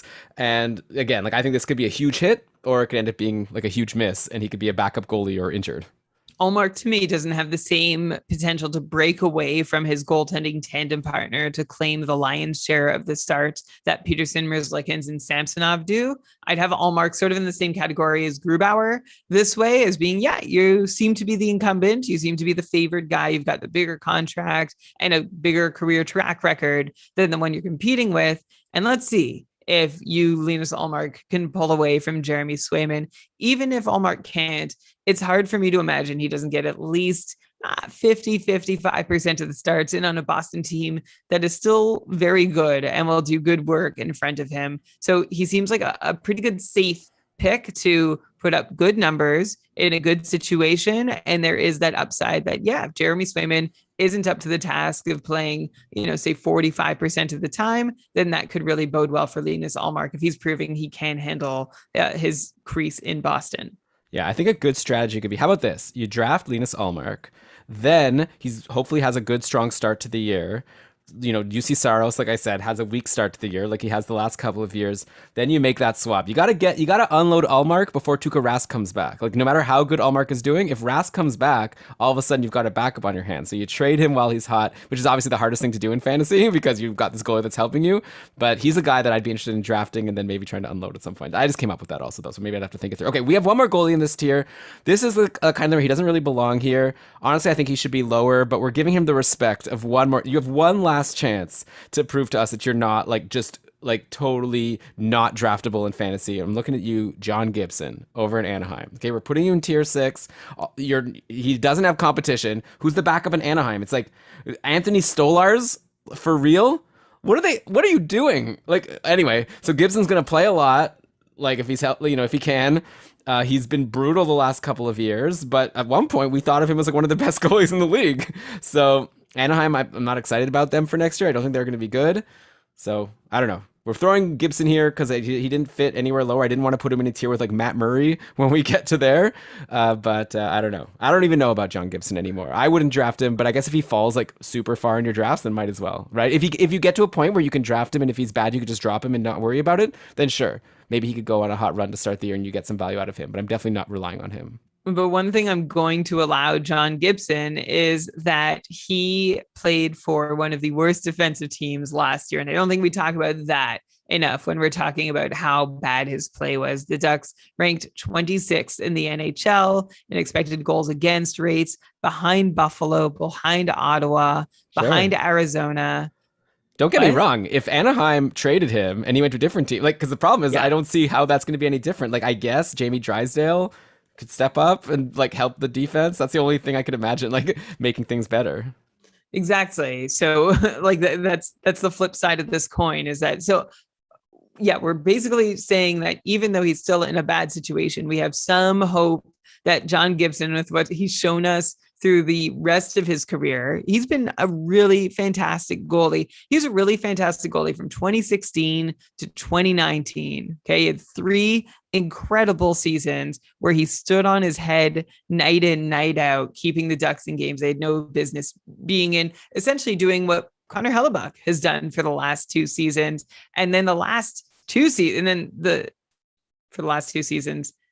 And then in Gibson's last 2 seasons, he's looked very human, very average, and very exposed. I actually don't think many NHL goalies would be putting up even a 903, 904 if they had the same workload to deal with that John Gibson had. But that doesn't matter for your fantasy team. It didn't matter for mine last year when I was like, come on, John Gibson, pull out your superhuman tricks. And he just didn't have them. And quality start percentage, like terrible, barely above 40% quality starts for the last 2 seasons. So a ton of red flags around his play the last couple of years. But our only hope is that this is the year that Anaheim starts pulling themselves back up after this tailspin rebuild they've been in, and that some of their players start maturing. We're looking at Comtois. We're looking at Zegras. We're looking at Troy Terry and Max Jones and Sam Steele, right? There are a lot of players that we're looking to improve incrementally and play more like NHLers. You also mentioned on the back end, you've got Jamie Drysdale coming in. So hopefully Anaheim is just not, I don't think they're going to be a great team this year, but maybe there's a little more stability for John Gibson to work with. And yeah, it's hard to necessarily justify having Gibson up here where he is. He might not be a goalie that I like in practice. I'm really excited to reach for ahead of the tier 7 goalies that we're about to get to, but he's earned at least the benefit of the doubt here that maybe he can regain superhuman status rather than just average, because he needs to be superhuman in Anaheim to have a good season. Yeah, I have sirens. One sec. Shut up. It's like people don't respect Smörgoåliesbord, you know? All right. Yeah, I'm with you. Like, we're going to get to now goalies that are in tandems, and probably it would just be safer to take one of them over Gibson, but obviously Gibson has that upside of being a sure starter, so that's why we have him here. I don't love it, but this is what we're doing. Next year, if he has another year like last year, next year I'm putting Gibson like lower, and then obviously he'll be good. So what are you going to do?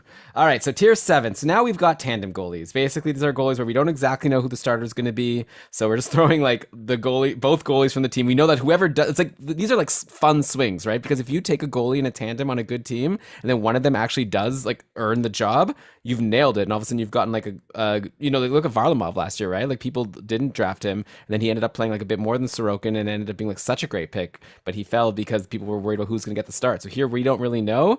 So we just have a bunch of goalies where we're going to give our opinion on who we think is the better goalie in the tandem, but it could really go either way. And just to make things a little more complicated, we're throwing Ilya Sorokin in here at the top because we don't want to let him fall any further. So he, generally this tier is going to be goalies where we have both of the goalies in the tandem, but we had Varlamov higher because we just couldn't justify having him that low. And now Sorokin here because technically, I don't know if it's exactly a tandem, but it's pretty close to it. And Sorokin, when he does play, he had a 918 save percentage last year as a rookie. Like, I know he wasn't actually a rookie, like he played in the KHL before, but still, some people take time to adjust to the NHL. But Sorokin was just fine, and I'm assuming he'll be even better next year. And maybe there's the upside that he gets more starts. So we have him to start tier 7. And then we've got a bunch of tandems. So you ready? These are like good teams. One of them is like questionable, but Brian like fought to put these goalies here. So we'll see what people think. But okay, so I'm going to start with Toronto. Jack Campbell. We know the run he went in last year was amazing. 921 save percentage in 22 games overall. If he's the starting goalie on the Leafs, he's worth a lot more. But at the same time, he has some injury risk. And like, remember, like he was even like getting rested sometimes just because they were worried. Like even last year, there was like injury stuff and there was like resting him and all this. So who knows his health? And now they've brought in Petr Mrazek, who we've seen have runs of being like really good goalie in the league. He's had runs of being really bad, but like last year there was stretches where he was the top goalie in Carolina. So I don't know. Like I think opinions may vary. I'd probably take Campbell over Mrazek, but I definitely wouldn't be shocked if like Mrazek ends up playing better at the start of the year and getting more starts. I could see like flipping back and forth, or maybe they'll just be smart and just go 50-50. Like even if Campbell's better, maybe they still just go 50-50 because they're worried about Campbell's health, right? So it's a tandem. Not sure what'll happen. Obviously, if Campbell gets injured, by the way, all of a sudden Mrazek's value skyrockets. That's why they're both here. Toronto Maple Leafs tandem leading off tier 7 after Ilya Sorokin. Yeah, I don't have a whole lot more to say about any of these guys. Like you said, Sorokin could be equally valuable to Semyon Varlamov this season. He could play 41 games. He could put up really good numbers. So it's kind of funny that we have them 2 tiers apart, but we just know that if the scale does tip towards one, it seems more likely that it'll tip towards Varlamov, especially with his play last season. Sorokin wasn't always super consistent when he did get the nod. So that's why he's here. And then, like you said about Toronto, Elon Campbell and Mrazek, we don't know who's going to pull away here. Campbell seems to be someone who has the incumbent. Campbell seems to be the one labeled the incumbent, which is fair. He took the team into the playoffs last season. He took the job from Freddie Anderson, who was injured, but still he took it and nobody doubted him. And then everyone was like, oh, is Jack Campbell really the right guy? So they brought Petr Mrazek in, who's another player who for years we've been asking us, Petr Mrazek really the right guy? So we have 2 players who have shown that they can play way out of their minds for some games, and then other times they just seem to lose their game, and other times they also just seem to get injured. So I think injury might actually end up determining who ends up playing the most games in Toronto's crease this season. If I had to pick one, I would pick Jack Campbell, but I see them on equal enough footing to have them grouped enough in this tier, just like this next tandem in Florida. Yeah, with Florida, I think Spencer Knight is better. It's not a hot take based on how he did last year compared to how Bobrovsky's done since he got to Florida. But like I did my interview with David Dwork earlier on in the summer, and he said that like the Panthers want this to be a tandem. Like they want to play, as long as they're feeling like they're in a good spot, they'd rather just play Bobrovsky at least 50% of the time and not just like give all the starts to Spencer Knight. Obviously, if they get to a point where they just need to win games and they think that Knight is the better option, he said, yeah, they're going to end up playing Spencer Knight. But hopefully, like they want Bobrovsky to be worth at least partially the money that he's getting. And he hasn't been like, he also brought up that maybe Bobrovsky hasn't been as bad as people say because they're comparing him to the money he's making. Like money aside, like as a tandem guy, maybe he's not the worst option. And also, of course, the main story here is Florida just looks so stacked. Like this team just looks like you want to have the goalie playing on them anytime they play. Their defense is stacked. Their forwards, like we're like talking about guys like Patrick Hornqvist being on the 4th or 3rd line potentially just because there's no room for him in the top 6. And this is a guy who had a huge not breakup, but like an amazing season last year. So anyways, Florida's great. I think I'd rather have Spencer Knight than Bobrovsky. I think there's a lot of upside for him to have a really good year, especially if Bobrovsky struggles and Knight just has to become the starter. But I think most likely we're looking at similar number of starts. Like look at last year, right? Bobrovsky played 31 games. Maybe he'll go down, so that was like around 50%. Like it was a 56 game season. I could totally see it being very close to, of all the teams, actually, I think they're the most likely to me of being 50-50. We'll see. You're talking really positively about Spencer Knight, and there's a lot of reason to be excited for what he might be able to accomplish in the league. He had 4 appearances last year and won 4 games. But that's the thing to remember. He only had 4 appearances last year in the regular season, 2 more in the postseason, 919 in the regular season, 933 in the postseason. So what we saw of him was good. He's almost like I feel like the edit he's getting here, Elon, is the same one we sort of give Igor Shesterkin and saying he doesn't have this huge track record to go by, but from all we've heard about him coming into the league and now seeing, the little peek into what Spencer Knight can offer, we're ready to buy in, but not so much that we're like, yeah, he's definitely going to be the number 1, definitely going to outplay Bobrovsky. It's possible, perhaps even likely, but we can't buy in so much when he's only ever appeared in 6 NHL games. So I'm very interested to see exactly what he can accomplish in his rookie year in the NHL. I'm looking forward to him and Bobrovsky pushing each other and maybe ending up just splitting starts on what's going to be a really, really good Florida team, like you said. Yeah. Okay. The next up, we have New Jersey here. So we have our tier 8 is going to be tandems like on less good teams, as opposed to tier 7, which are tandems on like on good teams. But you wanted to move New Jersey here, and it's hard. Like New Jersey's like an interesting team, right? Last year, things didn't go well. Mackenzie Blackwood wasn't that great, but now they've brought in Jonathan Bernier, so it's a Blackwood and Bernier tandem. New Jersey, you know, they're kind of like LA. They've got a lot of exciting prospects that are slowly but surely coming up, and they've got some high end guys. They got Tatar recently. The biggest signing, of course, is Dougie Hamilton, who now so who knows how he changes the complexion of this team.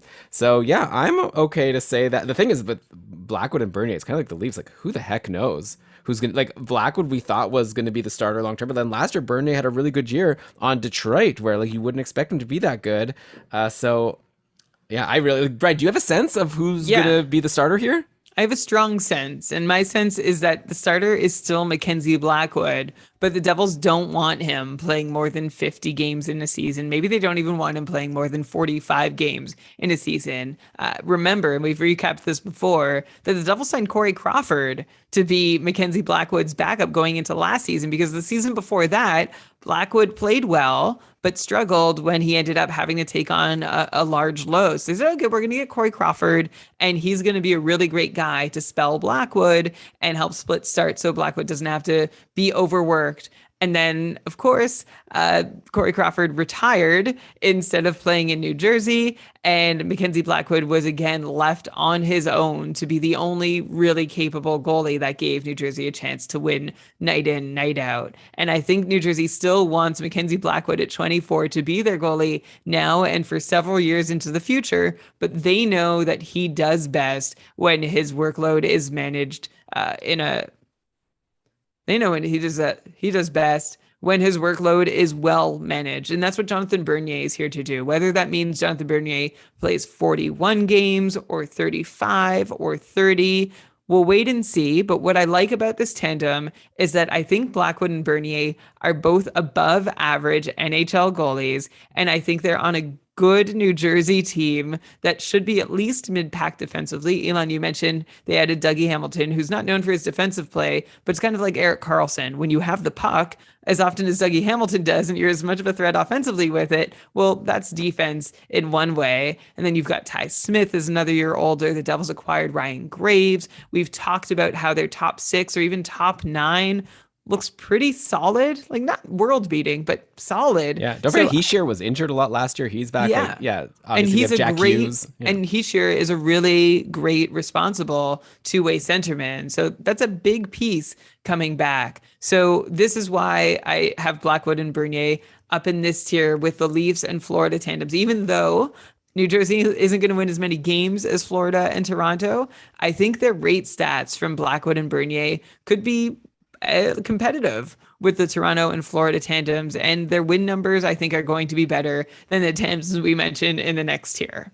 Okay, so Brian, let me ask you this. If you're confident that Blackwood is going to play more than Bernier, should we be moving Blackwood up to like the Philip Grubauer tier and then move Bernier down to the Chris Driedger tier?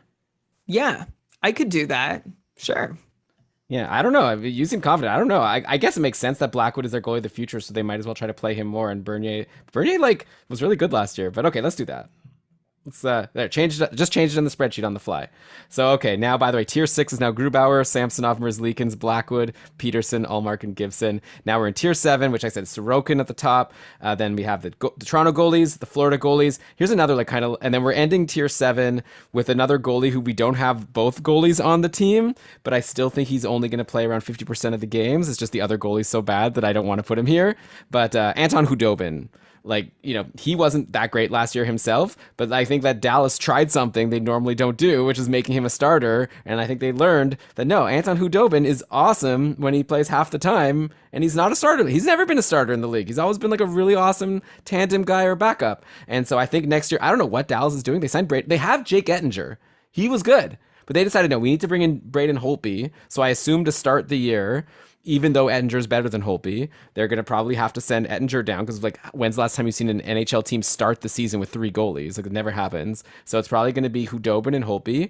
If they're smart, they'll go 50-50. I think Hudobin's better than Holtby, but I don't think Khudobin is good when he plays a lot. So I guess you kind of have to go 50-50. Hope Holtby's good. if Holtby's bad, maybe they could waive him, send him to the, put him on waivers, and then call up Ettinger. And then I think that then you have a good tandem, right? Of Khudobin and Ettinger. So we'll see what happens. Regardless, Khudobin, is on this Dallas team. Really strong. They just brought in Ryan Suter, who should even help even more on defense. Their forwards are great. Like, they have a lot of depth all of a sudden with like Jason Robertson breaking out and Hintz and Guryanov, along with like the superstars. Sagan's finally back, so I'm excited about Dallas overall. So he can't be any lower. So even after a not great year, we're gonna throw Khudobin in here into the high end tandem guys. But I'm not putting Braden Holtby here. Come on. No, I don't think Braden Holtby is going to be able to hold up his end of the tandem. I feel like Dallas's plan was to have Holtby and Ettinger and get rid of Khudobin at some point this offseason. But they did not get rid of Khudobin at some point this offseason. And so now things are crowded and awkward in the Dallas crease. Even though I think Khudobin is better than Holtby, it seems like Dallas has been ready to move on from him for a little while now. But between he and Holtby, like you said, if Ettinger would be expected because they can send him down without risking anything. If Ettinger is sent down, I think Khudobin's got pretty good value as the one Dallas goalie that you can really rely on a Dallas team that looks stronger this year than the team that they sent to the Stanley Cup a couple years back. And that's not just because of Ryan Suter. In fact, it's not really at all because of Ryan Suter. I mean, they still have a really solid decor, and Jason Robertson has come along since, and that's great news. And Tyler Sagan's healthy, and Alex Radulov is healthy. Touch wood for all of that. But I think there's and Rupe Hintz is in the picture too, and Joe Pavelski. Look, there's a lot that Dallas has going for them this season, and I want their starting goalie if it's not Braden Holtby. Yeah, and I want their starting goalie if it's Khudobin, but as long as he doesn't play too much. Like, it's normally we talk about how we want the goalies that play a lot. Khudobin's never been good when he plays a lot. I want to just have him to be like a Varlamov maybe, where just never more than 2 games in a row. But anyway, by the way, some interesting comments in the chat here from Fantasy Tidbits. The Islanders have the most back-to-backs this season, so just more reason to expect Varlamov and Sorokin to split starts. So 19 back-to-backs, and then apparently Edmonton has the least back-to-backs next season with only 9. So if Mike Smith can earn the job, he could potentially play a lot of games. So another reason to maybe be into Mike Smith if you think he could hold up, which we don't need to get back into that again. All right, so tier 8. So actually we've split tier 8 into an 8A and 8B because you're getting to this point in the draft. It really depends what you're going for. So 8A, we've got some more tandems. We don't know who the starter is going to be, but if you get it right, you could have a starter, right? And then we have 8B, which are guys who are pretty much for sure not going to be a starter. It's almost guaranteed, but they could be backups that are going to play a lot, kind of like a Sorokin, except we just wanted to give Sorokin a bump because his situation is so much better. But so 8A again is going to be lower end tandems. Then 8B is going to be high end backups, not exactly 50-50, but close to 50-50. So 8A, if you want to grab a tandem, that's not that great, but maybe one of them has a chance to do something for you. In Detroit, they've got Alex Nedeljkovic and Thomas Greiss. So Nedeljkovic last year was a Calder finalist, was amazing for Colorado, and so they decided obviously to give him away for nothing. Just like what they did with Jake Bean, because I don't know, not that Jake Bean was a Norris finalist, but obviously I just feel like Colorado had a really weird offseason. But whatever, their loss is Steve Yzerman in Detroit's gain, and they get Alex Nedeljkovic as a really nice tandem partner for Thomas Greiss, who had a crazy year last year. He started terribly, and by the end he was the top goalie in fantasy for the last month of the season. He was just getting shutouts or 1 goal against pretty much every game. So Detroit eventually should get better, I guess, slowly but surely. They're going to bring in more players who aren't terrible. They got Pew Suter this year. They got Joe Veleno, so maybe their center depth will be a little better. They have Verana, who people are excited about. Obviously, they had to trade away Mantha to get Verana, but we'll see. So anyways, that's a tandem. Brian, you could give your opinion on who will play more. I could see it being close to 50-50. And then we got San Jose, who... they're not good. They're a bad team. They have Aiden Hill and James Reimer, who are both goalies that we've seen be pretty okay over the last few years. Neither of them are goalies I've been scared of starting.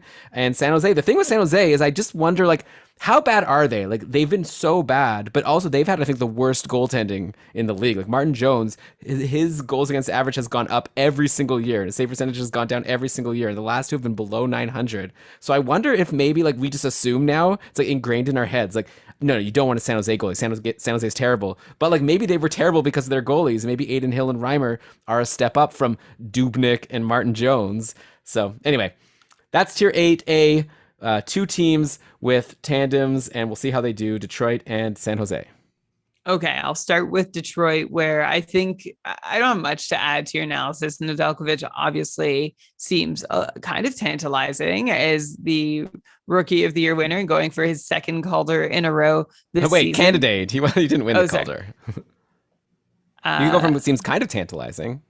Seems kind of tantalizing as a strong contender for the Calder last year, but maybe he'll get it this season. But it's going to be hard when he's splitting time with Tomas Greiss, which is what I see likely to happen. Although last year, Bernier and Greiss were not splitting time because Bernier started running away with the job, and then Greiss had a strong spell later in the season. So it's still sort of like washed out to be kind of a reasonable split when both goalies were healthy, that they shared time. But it wasn't always, one in, one out. It was several in, several out. So just we'll see what happens with Greiss and Nedeljkovic in Detroit. I'm not overly optimistic that it's going to go particularly well for either of them and that their volume is going to be limited, but they'll face a lot of shots when they do start. So maybe a decent spot start option in leagues where saves help you. And then in San Jose, yeah, you're asking this chicken or egg question about how can we fairly judge San Jose when Martin Jones couldn't stop a beach ball for so many years, and how deflating, no pun intended, that must have been for the team in front of him. And I think that's very nice of you to give San Jose the benefit of the doubt. You did lead by saying San Jose is a bad team, and that's where I'll leave I'll plant my flag and say I'm not optimistic about San Jose's prospects for this season. I said the same thing last season when it seemed to be a hotter take, and I have to say sometimes I get it right. So that's why I'm not super excited about Adin Hill or James Reimer. I'm especially not excited about Adin Hill, who a lot of people think is like some up and coming prospect with this big upside, and we just haven't gotten to see a lot of him. No, he's just a guy who has an NHL job, is how I see Adin Hill. He's never shown for any length of time. I mean, he hasn't had a lot of opportunities, but he's never really shown himself to even be an average NHL goalie. To me, he so far looks like an average NHL backup goalie, which would seem to potentially leave the door open for James Reimer, who has been consistently inconsistent for years now. The last couple in Carolina were better than the couple that preceded that. So James Reimer is coming off some of his better hockey, but he only played like 20 odd games in each of those two seasons. And we seem to see that when James Reimer gets more work, he loses more steam. So I'm expecting another timeshare in San Jose with Reimer and Hill. And I'm expecting Reimer to do better than Hill with the time that he gets, but I'm still not sure he's going to be someone worth rostering consistently through the season. So you would draft Reimer over Hill if you had to take a San Jose goalie? Yeah. I think I'd go Hill. I don't know, but it's funny how you're like, he's just a guy. People think he's like this great goalie. He's just literally a guy like you and me. He had good numbers in the AHL with Tucson from what I see. But anyway, whatever. He's never had the chance. So this could be a guy like a Darcy Kemper, maybe once he has the opportunity. So I guess not like Darcy Kemper. I just talked about how everyone says this, and now you're proving the point by saying it. I'm just saying I'd like to see if he gets the chance of being a starter. We'll find out. So, I'm not saying it's impossible. I'm just saying everyone thinks he's already on the doorstep. I don't think he is. Like you could say that about anyone. Yeah, let's see. This is his first opportunity. So I'll give Adin Hill that. But there's no reason to think that the scales are tipped towards him being a great success. I mean, I don't know. I feel like you're lumping me in now with a group that I'm not in. I just drew the distinction. Yeah, he had good numbers in the minors. Now let's see if he could do it as a starter in the NHL if he gets the opportunity. So we'll find out. It's not a sure thing. All right. So 8B, again, these are like backups, but that could be really good when they play and might even play like a decent number of games. So I'll just read you. Oh wait, there's actually one more guy in 8A I didn't mention. So this is a guy that I expect to only play 50% of the games. Again, kind of like Hudobin in the tier before. Like I don't want to name the backup because I don't think that person's worth drafting at all. But I'll bring up Matt Murray here. Who knows, right? He might be terrible. Who knows? Like he's a guy that could play a decent number of games. Could be, I don't know, like Dwaron. Is it Dwaron or Dorian? Pierre Dorian. Dorian said that he thinks that Ottawa is like no longer in the rebuild and now they're ready to be a good team. So we'll see if that's true and if Matt Murray's the goalie to lead them to being a good team. So we're throwing him here in 8A. I see him as like a low-end tandem guy, similar to a Hill, Reimer, Greiss, Nedeljkovic type of situation. I'd probably take Nedeljkovic first. But Murray could have higher upside if he's healthy, if he gets back whatever he used to have once upon a time over in Pittsburgh. Okay, so now 8B, once again, we've got our high-end backup. So I'll just read you the list. Chris Driedger, talked about him before. He's like, for a second, it looked like he was going to be the starter on Seattle before they realized that Grubauer was available, and all of a sudden things changed. Now he's like, looks like a high-ish end backup. Obviously, we'll have to see how good Seattle is. Pavel Francouz, we talked about him before. Who knows? Maybe he could, like, don't forget Darcy Kemper's injury prone, right? So that could be another reason to be like, it's funny to say because Francouz just missed a whole season with injury, but if he's healthy and Kemper could get hurt, all of a sudden we know how valuable a starter would be on Colorado. So if Francouz is only getting 50% of the games, it might be worth it to grab him, or even if he's only getting 40% of the games, it might be worth holding if you have room just for that chance that, I guess you don't want to cheer for someone to get hurt, but if it happens, it could be a golden opportunity for Francouz. So Bernier, who we just moved here, so we already talked about him. Jeremy Swayman. So these are all guys we've talked about before when we talked about their starters, but Swayman, we saw the upside he has with those few games he got last year. He played 10 games at a .945 save percentage with Boston last year, so we'll see what he could do now behind Ullmark. Vitek Vanacek, Kaapo Kähkönen, Kevin Lankinen. Again, we talked about how Lankinen, who knows, like, maybe he could take more starts from Flurry than people are expecting. And then we have Antti Ranta here, who's like the ultimate, like, what if goalie. Like, if he was healthy for a whole season, who knows what he can do, but at this point it's like not going to happen. But when he plays, I don't know, he's probably going to be fine on Carolina. So he's the kind of guy that's like maybe doesn't fit in here, but we used to think he was so good. So he's getting the Gibson treatment. If I'm giving Ranta one more year of being in tier 8B before he falls even further. So once again, Brian, to recap, Driedger, Francouz, Bernier, Swayman, Vanacek, Kähkönen, Lankinen, and Ranta. Those are our high-end backups. Yeah, and I think they all fit the bill. Driedger, it's unfortunate because we were looking to see exactly what he could offer after having an amazing season by all measures in Florida last season, taking Sergei Bobrovsky's job, a goalie who they paid $10 million. He just took his job. So I would have loved to see Chris Driedger with a clearer path to starts in Seattle, but I still think he's got a good shot at splitting with Grubauer. I don't see Grubauer totally faltering and leaving the door wide open to Driedger, but let's see, because Driedger, all he'd need to do is repeat last season's performance, and I'm sure Seattle would be happy to let him run with the crease. Like you said, Francouz has a chance to challenge Kemper. Bernier has put up good numbers and is likely to see 30, 35, maybe even 40 starts. Jeremy Swayman can challenge Ullmark and put up great numbers in his first NHL cups of coffee. Vitek Vanacek here is someone who I think is the least likely to challenge for the number one job. He had time last season. He didn't look that great in it. He was kind of just like the default option. You're so rude to these guys. Like, to Adin Hill also, like, he had a 907 save percentage as a rookie. Like, no one expected him to have to play 37 games, and he did, and I think he was like quite good. Like, he's fine. Okay, yeah, he played a fair bit below like 60 save points behind his expected Fenwick save percentage. Oh, there it is. Sorry, I said 60 and I meant 6. Like, so his expected Fenwick was 947. He had a 941 at 5-on-5. So yeah, that's why. And his 5-on-5 save percentage was nothing special at 917. So like Vanacek, like, he had an opportunity to show what he had. Yeah, he was a rookie, but he just didn't look that great. And I think Samsonov, remember going into last season, we were gaga over Samsonov. So I feel like Vanacek might be one of the weakest goalies in this group, and Samsonov might be one of the strongest goalies that they have to contend with to steal starts. Okay. Kaapo Kähkönen, yeah. I mean, I wasn't crazy about Cam Talbot. Cam Talbot just has to be okay, and he'll be fine. So that makes it a little tricky for Kaapo Kähkönen to wiggle in and steal starts. Kevin Lankinen, I think the door will be open for him to start. But of course, Marc-Andre Fleury didn't prolong his career and accept, moving to Chicago and playing there so that he could sit on the bench for probably any more than 35 games. So imagine the tweets. Oh, sorry.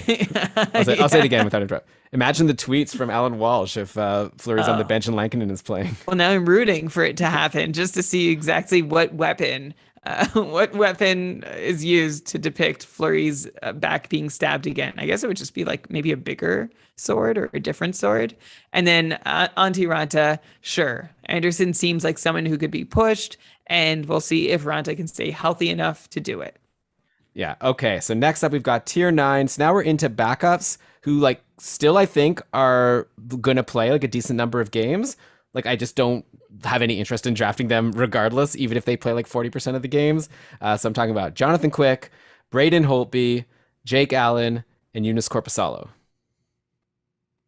I don't even want it. Like, honestly, I could like, okay, I'll go for a second. Honestly, like I could like get into these guys, but what is there to say? Like, fine, quick, come on. Okay, he was 898 save percentage last year. He's on his way out. Holtby, garbage last year. Like, Dallas is a better team, so maybe he'll be better. Like, I don't know. So we'll see. Maybe Holtby's a good spot start. I don't see him like being better than Hudobin. Jake Allen, he's good. He's a good backup, but like he's a backup for sure.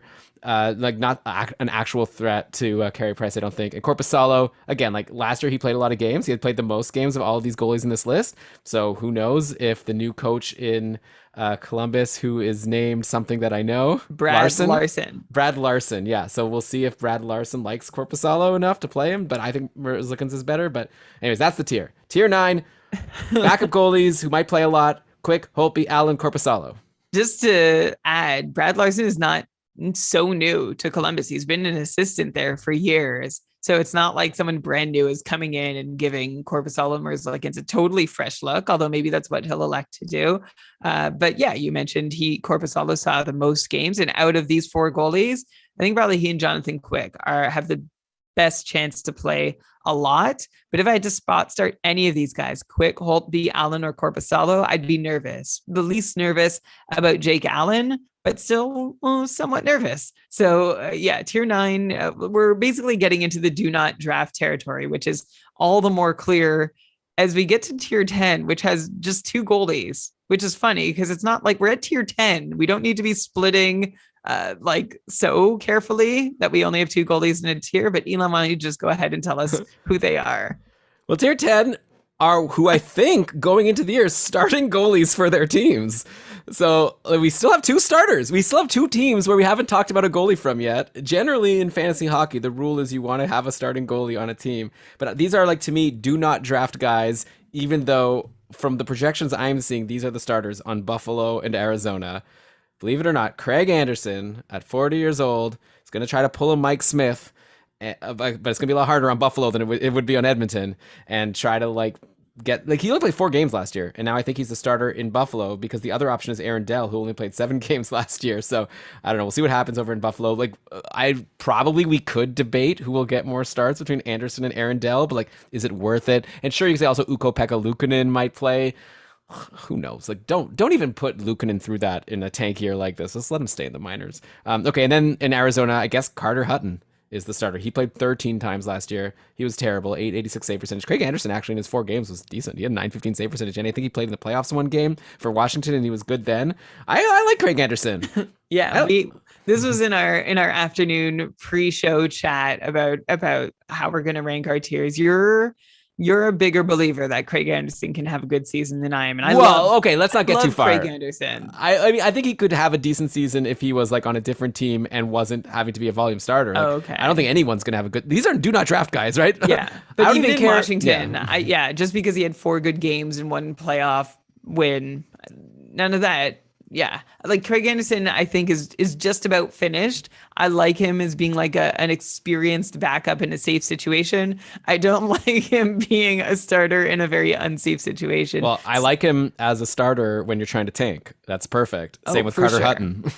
Yeah, except like he's such a good guy. I wouldn't want to do that to him unless, I mean, he must know what he's in for, and this is a way for him to keep playing. So way to get that contract. Craig and Carter Hutton, getting another turn as a starter by a team that wants to compete in a tank battle with Carter Hutton's old team. So we've got Craig Anderson and Carter Hutton, the last starters that we mention after naming, 45 other goalies before getting to these guys as our do not draft starters. Yeah. Okay. So next up, tier 11.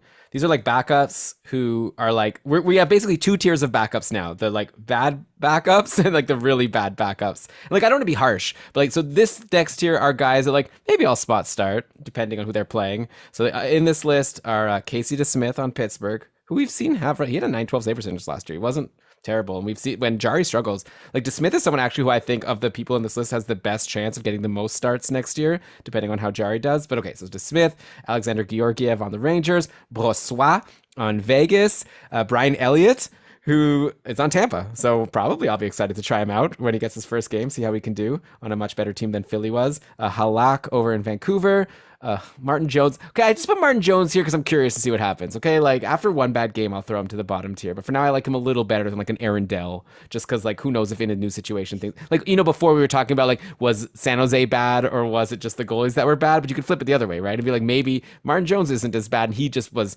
struggling because he was behind this bad San Jose team. So I don't know. I'm giving him a chance in tier 11, and then also Mikko Koskinen we have here, who's also like really bad, but he also is a guy who potentially could get a decent number of starts. Like if Brian's prophecy comes true and Mike Smith doesn't hold up, then all of a sudden Koskinen's getting starts, and any goalie getting a start in Edmonton has a decent enough chance to win because you just have to not be absolutely terrible, and McDavid's going to score 4 goals for you to give you a bit of a runway. So that's tier 11. Once again, DeSmith, Georgiev, Brossoit, Elliott, Halak, Koskinen, and Martin Jones. Yeah, these are a group of goalies who are not so scary spot starts when they do get starts, which we don't anticipate to be very often. I could see, Halak or Koskinen or even Jones being one of the GP leaders amongst this group. I guess some people might make an argument for Casey DeSmith, but I think Tristan Jarry is going to be just fine.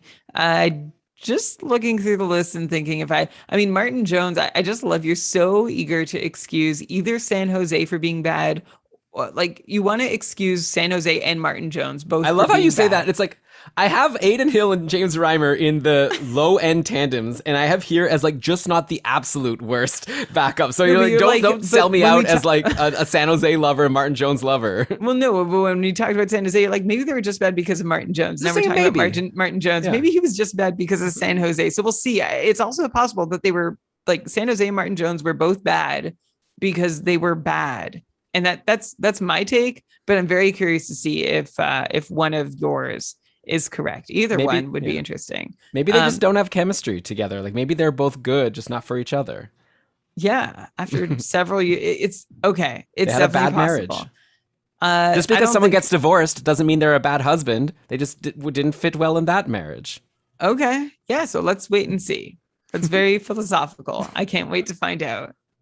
All right, so let's now do the tier of like goalies that are even worse than Martin Jones. So that's to tell you what we think of them. So we've got Aaron Dell back up on Buffalo, Joseph Kajanash, spelled Coronar. So I guess he's the backup on Arizona. Could easily be the starter on Arizona, right? And Aaron Dell could easily be the starter on Buffalo. Who knows? Stolarz in Anaheim, Vladar in Calgary, David Riddick in Nashville, Anton Forsberg in Ottawa, who I don't know. I think Anton Forsberg could, the thing with Anton Forsberg is that Matt Murray's so injury prone, and I know there's like Gustafsson in the minors who seems like he's better, but I could see a path where Forsberg actually gets some starts. I actually would probably put Forsberg a tier higher, but Brian told me no, so whatever. I wasn't going to argue about that. Ville Husso in St. Louis, who was brutal last year, and Eric Comrie in Winnipeg, who only played one game last year, but now that Laurent Brossoit is out of the picture, now Comrie gets to be the guy that barely plays behind Connor Hellebuck. Yeah, and that's probably maybe for Eric Comrie's own good. Eric Comrie is someone who seems like a super great guy. You've read a lot over the past few years about him being waived and traded and traveling here and there and going all over the place. His whole career, he's just been tossed around by teams who want him but never actually want to play him. So I'd love to see him step in and succeed in Winnipeg, except for the fact that I think that would just be really difficult because Winnipeg survives night in, night out because of Connor Hellebuck. And if you remove Connor Hellebuck, you're in trouble. And so Eric Comrie would have to be really good for him to have some good numbers in Winnipeg. I guess the only other goalie that I'll highlight here is Aaron Dell, who I thought in our afternoon chat today had as good a chance as being Buffalo's starter as Craig Anderson, just because Craig Anderson's it doesn't mean I believe it all in Aaron Dell. It means I'm just worried about Craig Anderson as a 40-year-old taking on a starter's load in Buffalo. I could see them splitting starts at the end of the day. I think it's going to be probably like a win and you're in situation, which means they're just neither ever plays changing goalies very frequently. But if anyone wins one or two, I think they'll just keep playing them. And I don't think Dell or Anderson, either one is more likely to do that than the other, but you had a hunch for Anderson. So I'm happy to leave that there. And then the others, Kojenaj, Stolarz, Vladar, Riddick, Forsberg, and Husso. I'm most curious here about Dan Vladar in Calgary, but I think Markstrom is probably not going to need a whole lot of backing up. Yeah. Okay. So now we're done talking about all the goalies who we expect to be in the NHL next year, except for now we have tier X1, as I've called. We've got a couple of addendums at the end here, or what do you call it? Appendices? We have We've got a couple of appendices at the end here. So here's first tier X1 are 3 goalies who probably won't start the season in the NHL, but I wouldn't be surprised if they do get some starts and then potentially could be really good, like depending on what happens. So these 3 goalies are number 1, Jake Ettinger, who, like we said, is unfortunately behind Hudobin and Holtby. So I'd imagine he'll start in the minors, but if one of them gets injured or if Holtby gets waived, like I was saying might happen, then Ettinger could potentially come in and be a starter on Dallas. Like he definitely has that potential. So definitely he's someone to keep an eye on. Alex Lyon in Carolina, who's never really done anything in the NHL. He's had like long career in Philly as like the backup, and like they always have goalie injuries. So over the years, he's gotten a few starts here and there. But in Carolina, they've got Frederick Anderson and Antti Raanta, which are 2 very injury-prone goalies as of late. So that's why I wouldn't be surprised. Actually, of all these 3 goalies, I think Alex Lyon's the goalie who I'm most confident will get at least 1 start next year. We'll see how good he is, but I think he'll get in the net at some point. And then also this guy, Philip Gustafsson on Ottawa, who again, like Matt Murray, is quite injury prone and not that great. And then they've got Anton Forsberg, who I guess starts the season as a backup. But like Philip Gustafsson's actually the goalie of the future in Ottawa, from what I've heard. Last year, he actually was really good. He played 9 games. He had a .933 save percentage and won 5 of them. Like, if people might not remember this, and I know we made fun before about how Dorion said that Ottawa is now going to be better. Like, Ottawa actually was good at the end of the year. Like, they went on a nice winning stretch. And so if they could keep that up, like, I don't know, like, we'll see. Like, Ottawa might not be terrible. I think it would help if they had Gustafsson in their net and not Matt Murray. So he's another guy I have that I'll definitely be watching and like potentially rushing to grab him if he gets called up because of an injury or whatever, because maybe he gets a run at some starts and we'll see how good he is. Yeah, I think he'd still be dangerous to roster on any given night. I don't think Ottawa's out of the woods enough that you can trust a rookie goaltender in their crease behind the team that they have. But sure, he could be worth a look. I would still say maybe instead of this year, he could be worth more of a serious look 2 or 3 years down the road. Alex Lyon, I agree with you that he is the most likely in this X1 tier to see a start this season or to see several starts just because of the injury proneness of Antti Raanta and Freddie Anderson ahead of him. But the guy I really want to focus on here is Jake Ettinger, who it's just crazy that Dallas hasn't made room for him, especially when he came in last season and performed very serviceably with his .911 save percentage. I thought he looked pretty good. Like he looks like at times like a rookie finding his feet and figuring out, how you play in the league. But as a rookie, he played pretty much up to his, well, not pretty much, he played just a smidge over his expected Fenwick save percentage, which to me is a really positive sign. And he's got a really strong pedigree. And I don't know why the Stars have stacked their crease to block him from going up. If they hadn't stacked their crease to block him from going up, like if Jake Ettinger does make the roster heading into opening night, to me, I see him like he could be a tier 3, 4, or 5 goalie this season. Wow. Yeah. Come on. Like Hudobin will get 50% of the games. So yes, in all likelihood, I don't think Ettinger is going to get to run with the job. But for, just looking at the especially getting to this point of our goalie tiers, if you're looking for upside and somebody who has the potential, and I think before long will be in our top 5 tiers, I think Jake Ettinger is the guy. And I think all he needs is the opportunity. It's just frustrating that he doesn't have a way to get that, an obvious way to get that opportunity in Dallas. But if he does end up starting the majority of his team's games, he's someone, again, I would have up to at least tier 5. I'm really excited to see what he can do. I just want him to have a chance to do it. Okay, yeah, fair. Yeah, no, definitely, I don't disagree. If he was the sure starter on Dallas, yeah, like almost any goalie who's a sure starter on Dallas is worth like being in the top 5 tiers because that's a really strong team.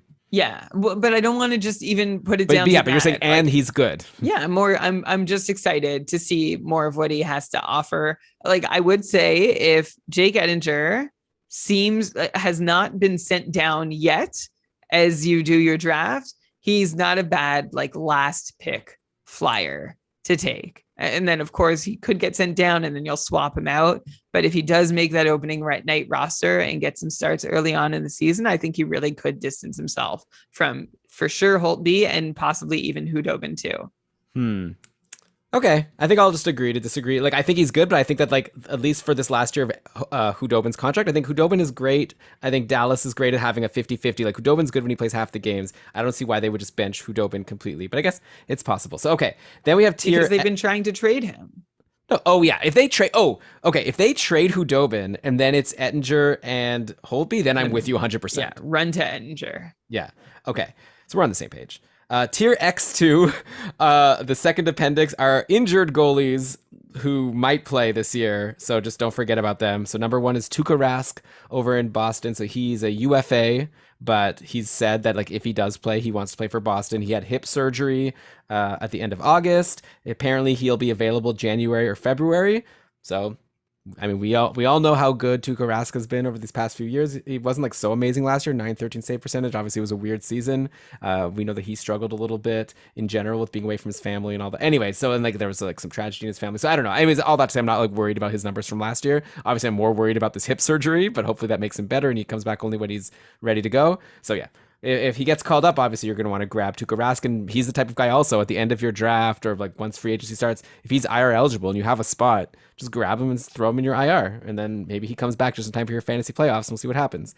Okay, then also there's Ben Bishop, who's the 4th goalie now on Dallas that we're talking about, and from what I've seen, like we don't even know if he's going to play next year. So like if he does, like he didn't play all of last year. Before that, he was one of the top goalies in the league. So if he plays, he could be good.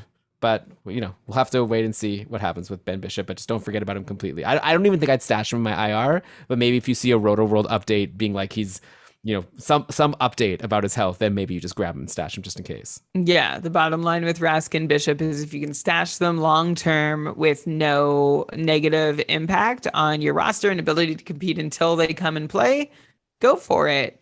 Like you said, I would be a little more reluctant to burn, like you said, I am less inclined to believe Ben Bishop is going to come back and play a meaningful amount of games than I am Tuukka Rask. But yeah, if you can spare the space in your IR, then you might as well go for it and get dibs on these guys. And you just want to make sure you're plugged into, NBC Fantasy Edge or whatever source you get your regular daily player updates from. Of course, we'll talk about it on the show when we hear the first signs of Rask and Bishop coming back. You'll just want to be ready to react pretty quickly. Yeah, you'll hear it on our show, or if you're a patron of Keeping Karlsson, you're in our Discord, Shams is going to be posting that in the general NHL channel, like the second the news comes out. He's always right on top of all the NHL news. So yeah, with that, Brian, we're done. We've covered 69 goalies. And that is the list of goalies. Yeah, there it is. That's our list of goalies going into next year. That's our Smörgoåliesbord 2021-22. So I don't know. Should we do a recap here? Do you want me to try a one breath recap? Yeah. Okay, I don't think it's possible, but I'll try. Okay. Well, how about I'll say the tier and then you say the goalie.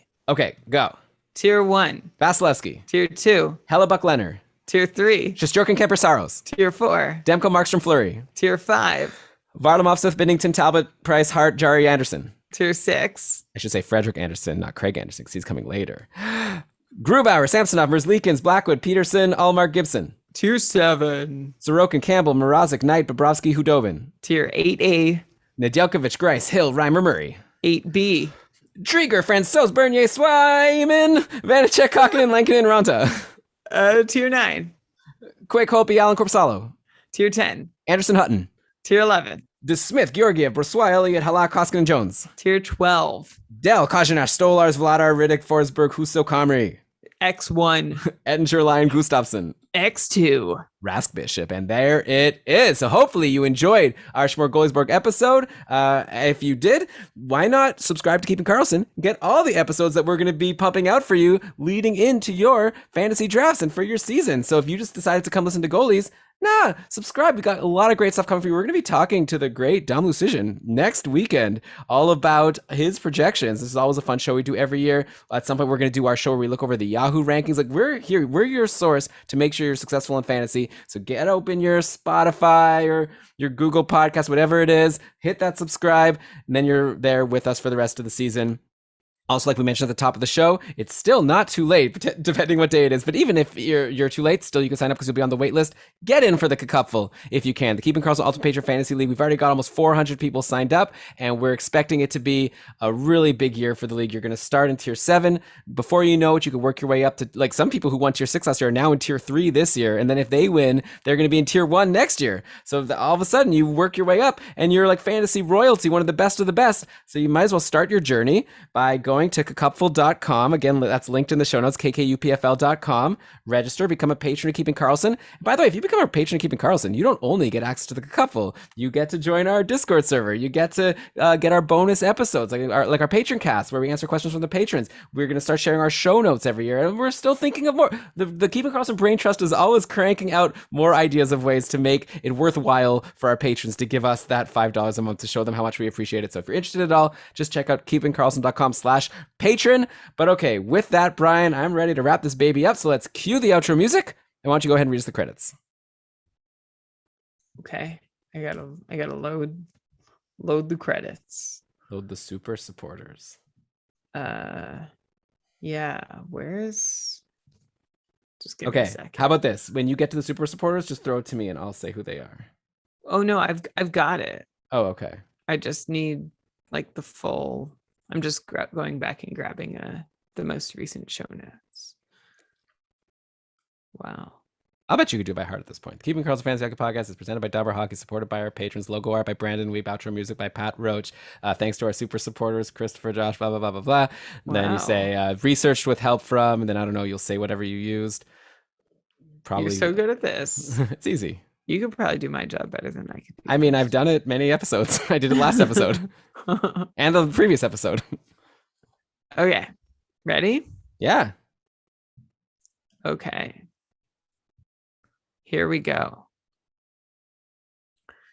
This episode of the Keeping Karlsson Fantasy Hockey Podcast was presented by Dabber Hockey and powered by our patrons, including our super supporters, Christopher, Josh, Tom, Derek, Rob, and Patty. Thank you so much for your support. Also, shout out to our Cupful co-commish team who is about to kick into gear for a very fantastic Cupful season. Logo art by BrandonWeeb.com. Outro music by Pat Roach. This episode was researched with help from Dabber Hockey, Frozen Tools, Dabber Prospects, Natural Stat Trick, Evolving Hockey, Cap Friendly, Hockey Reference, Hockey Viz, Hockey Database, Elite Prospects, and NBC Sports Edge.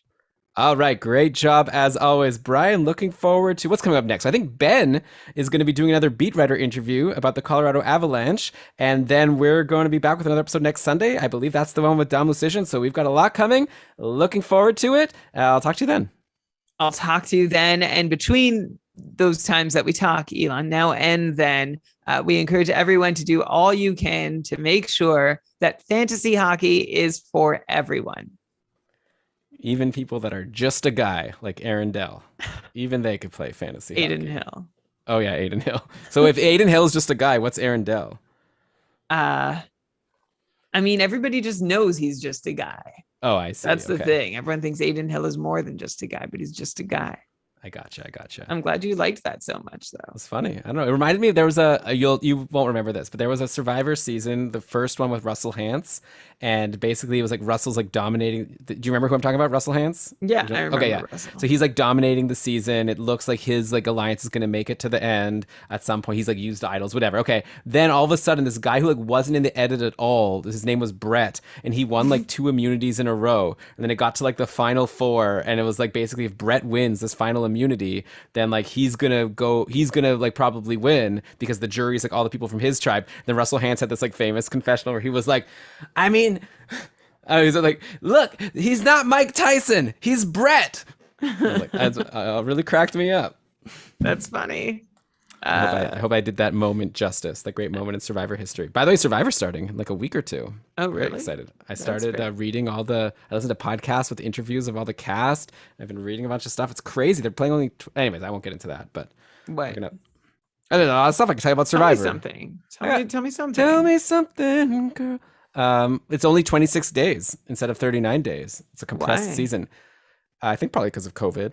But apparently, like, for us as the viewers, does like compressing the season, like the filming schedule, like what they they wanted to get in and out of there faster. Oh, okay. But like apparently for us, the viewers, it's not going to change. It's just like normally it's like a 3-day, you know, like for each episode, it's like covering 3 days, and now it'll be more like 1 or 2 days for each episode. So, but like we'll still get the same number of episodes and the same number of vote outs. It's just the players are going to be playing a very like compressed in. Like I think it's actually going to be better. Like I think that these players are just going to never have any downtime. They're just going to be like having to hustle all the time. Right. It'll be interesting. Me too. I'd be down for a fantasy survivor league. If anyone wants to come on Patreon, like I mean, come into our Discord and just suggest it, I could set that up. Just like remind me. There's actually a site called Fantasizer where they have like you can actually draft a fantasy survivor league, and like they actually keep track of a bunch of like things, like you get points for confessionals, points for like immunity wins. Like they have a whole system. So anyhow, I'm sure you guys are saying that as a joke and you don't actually want to play fantasy survivor with me, but if anyone does, just mention it on Discord and we'll set that up. Okay. Yeah, I would play too. Cool. All right. So great chat. Thanks everyone for watching. Yeah, thanks to the chat room. I was so busy during the show, I couldn't really I mean, that's how it should be, right? Yeah. It's like usually those shows aren't as good when you weren't that busy during the show. No, I mean, I like to be able to check in. Yeah. Elon, what are all these like members CSVs in our drive? I know what that is. You could delete them. I can delete them all. Basically what happens is the way I update my spreadsheet keeping track of Cupful stuff is I have a sheet on this main spreadsheet that's Patreon where I just download the list of patrons from Patreon and I upload the sheet to like replace it. And I guess anytime I'm uploading to just replace that sheet, it's also like storing a version on Google Drive. Oh, okay. But I don't need it. You could like clean up. All right, how about just give me a week? Let me just finish with Cupful signups. Now? Okay. You don't need to always clean things up. I didn't know this about you, that you like had to put things in alphabetical order and clean things up. Like once Cup, like right now, let's just like not mess anything up. And then once Cupful is up and running, yeah, I do this like multiple times a day. Running the Cupful behind the scenes is a lot of work. I don't know if people realize this, but like yeah, as people sign up on Patreon, I need to like update the spreadsheet so I could know when they sign up for Cupful if they're a patron or not, and I need to know if they're like a declined or $1, because then we know like which email to send them to be like, hey, did you know that you registered for the Cupful but you're actually still only at the $1 level, so if you could please blah blah blah. So we have all that going on. Then plus also I have to get it because I get the Discord names from the Patreon, so when I update that spreadsheet then I can know to add people to their league. It's a whole thing, so I do it a lot. But anyway, yes, Richard is the first Survivor winner. Patty's right. That was over 20 years ago now. That was in the year 2000. Wow. Fun fact. Is Richard in jail still? No, he's out of jail now. Good for him. What was worse, being in jail or being stranded on an island? I'm sure being in jail. I think that's an easy answer because he wasn't actually stranded on an island. He was playing a game show. Asked him to compare the two. That would just be like the stupid. If someone was like, if he agreed to do an interview with me, then I asked him as the first question, I'd imagine he'd just press like the button to end the call. Okay, so save it for the last question. After you built a great rapport with him. Okay. So you were on Survivor. Did you survive?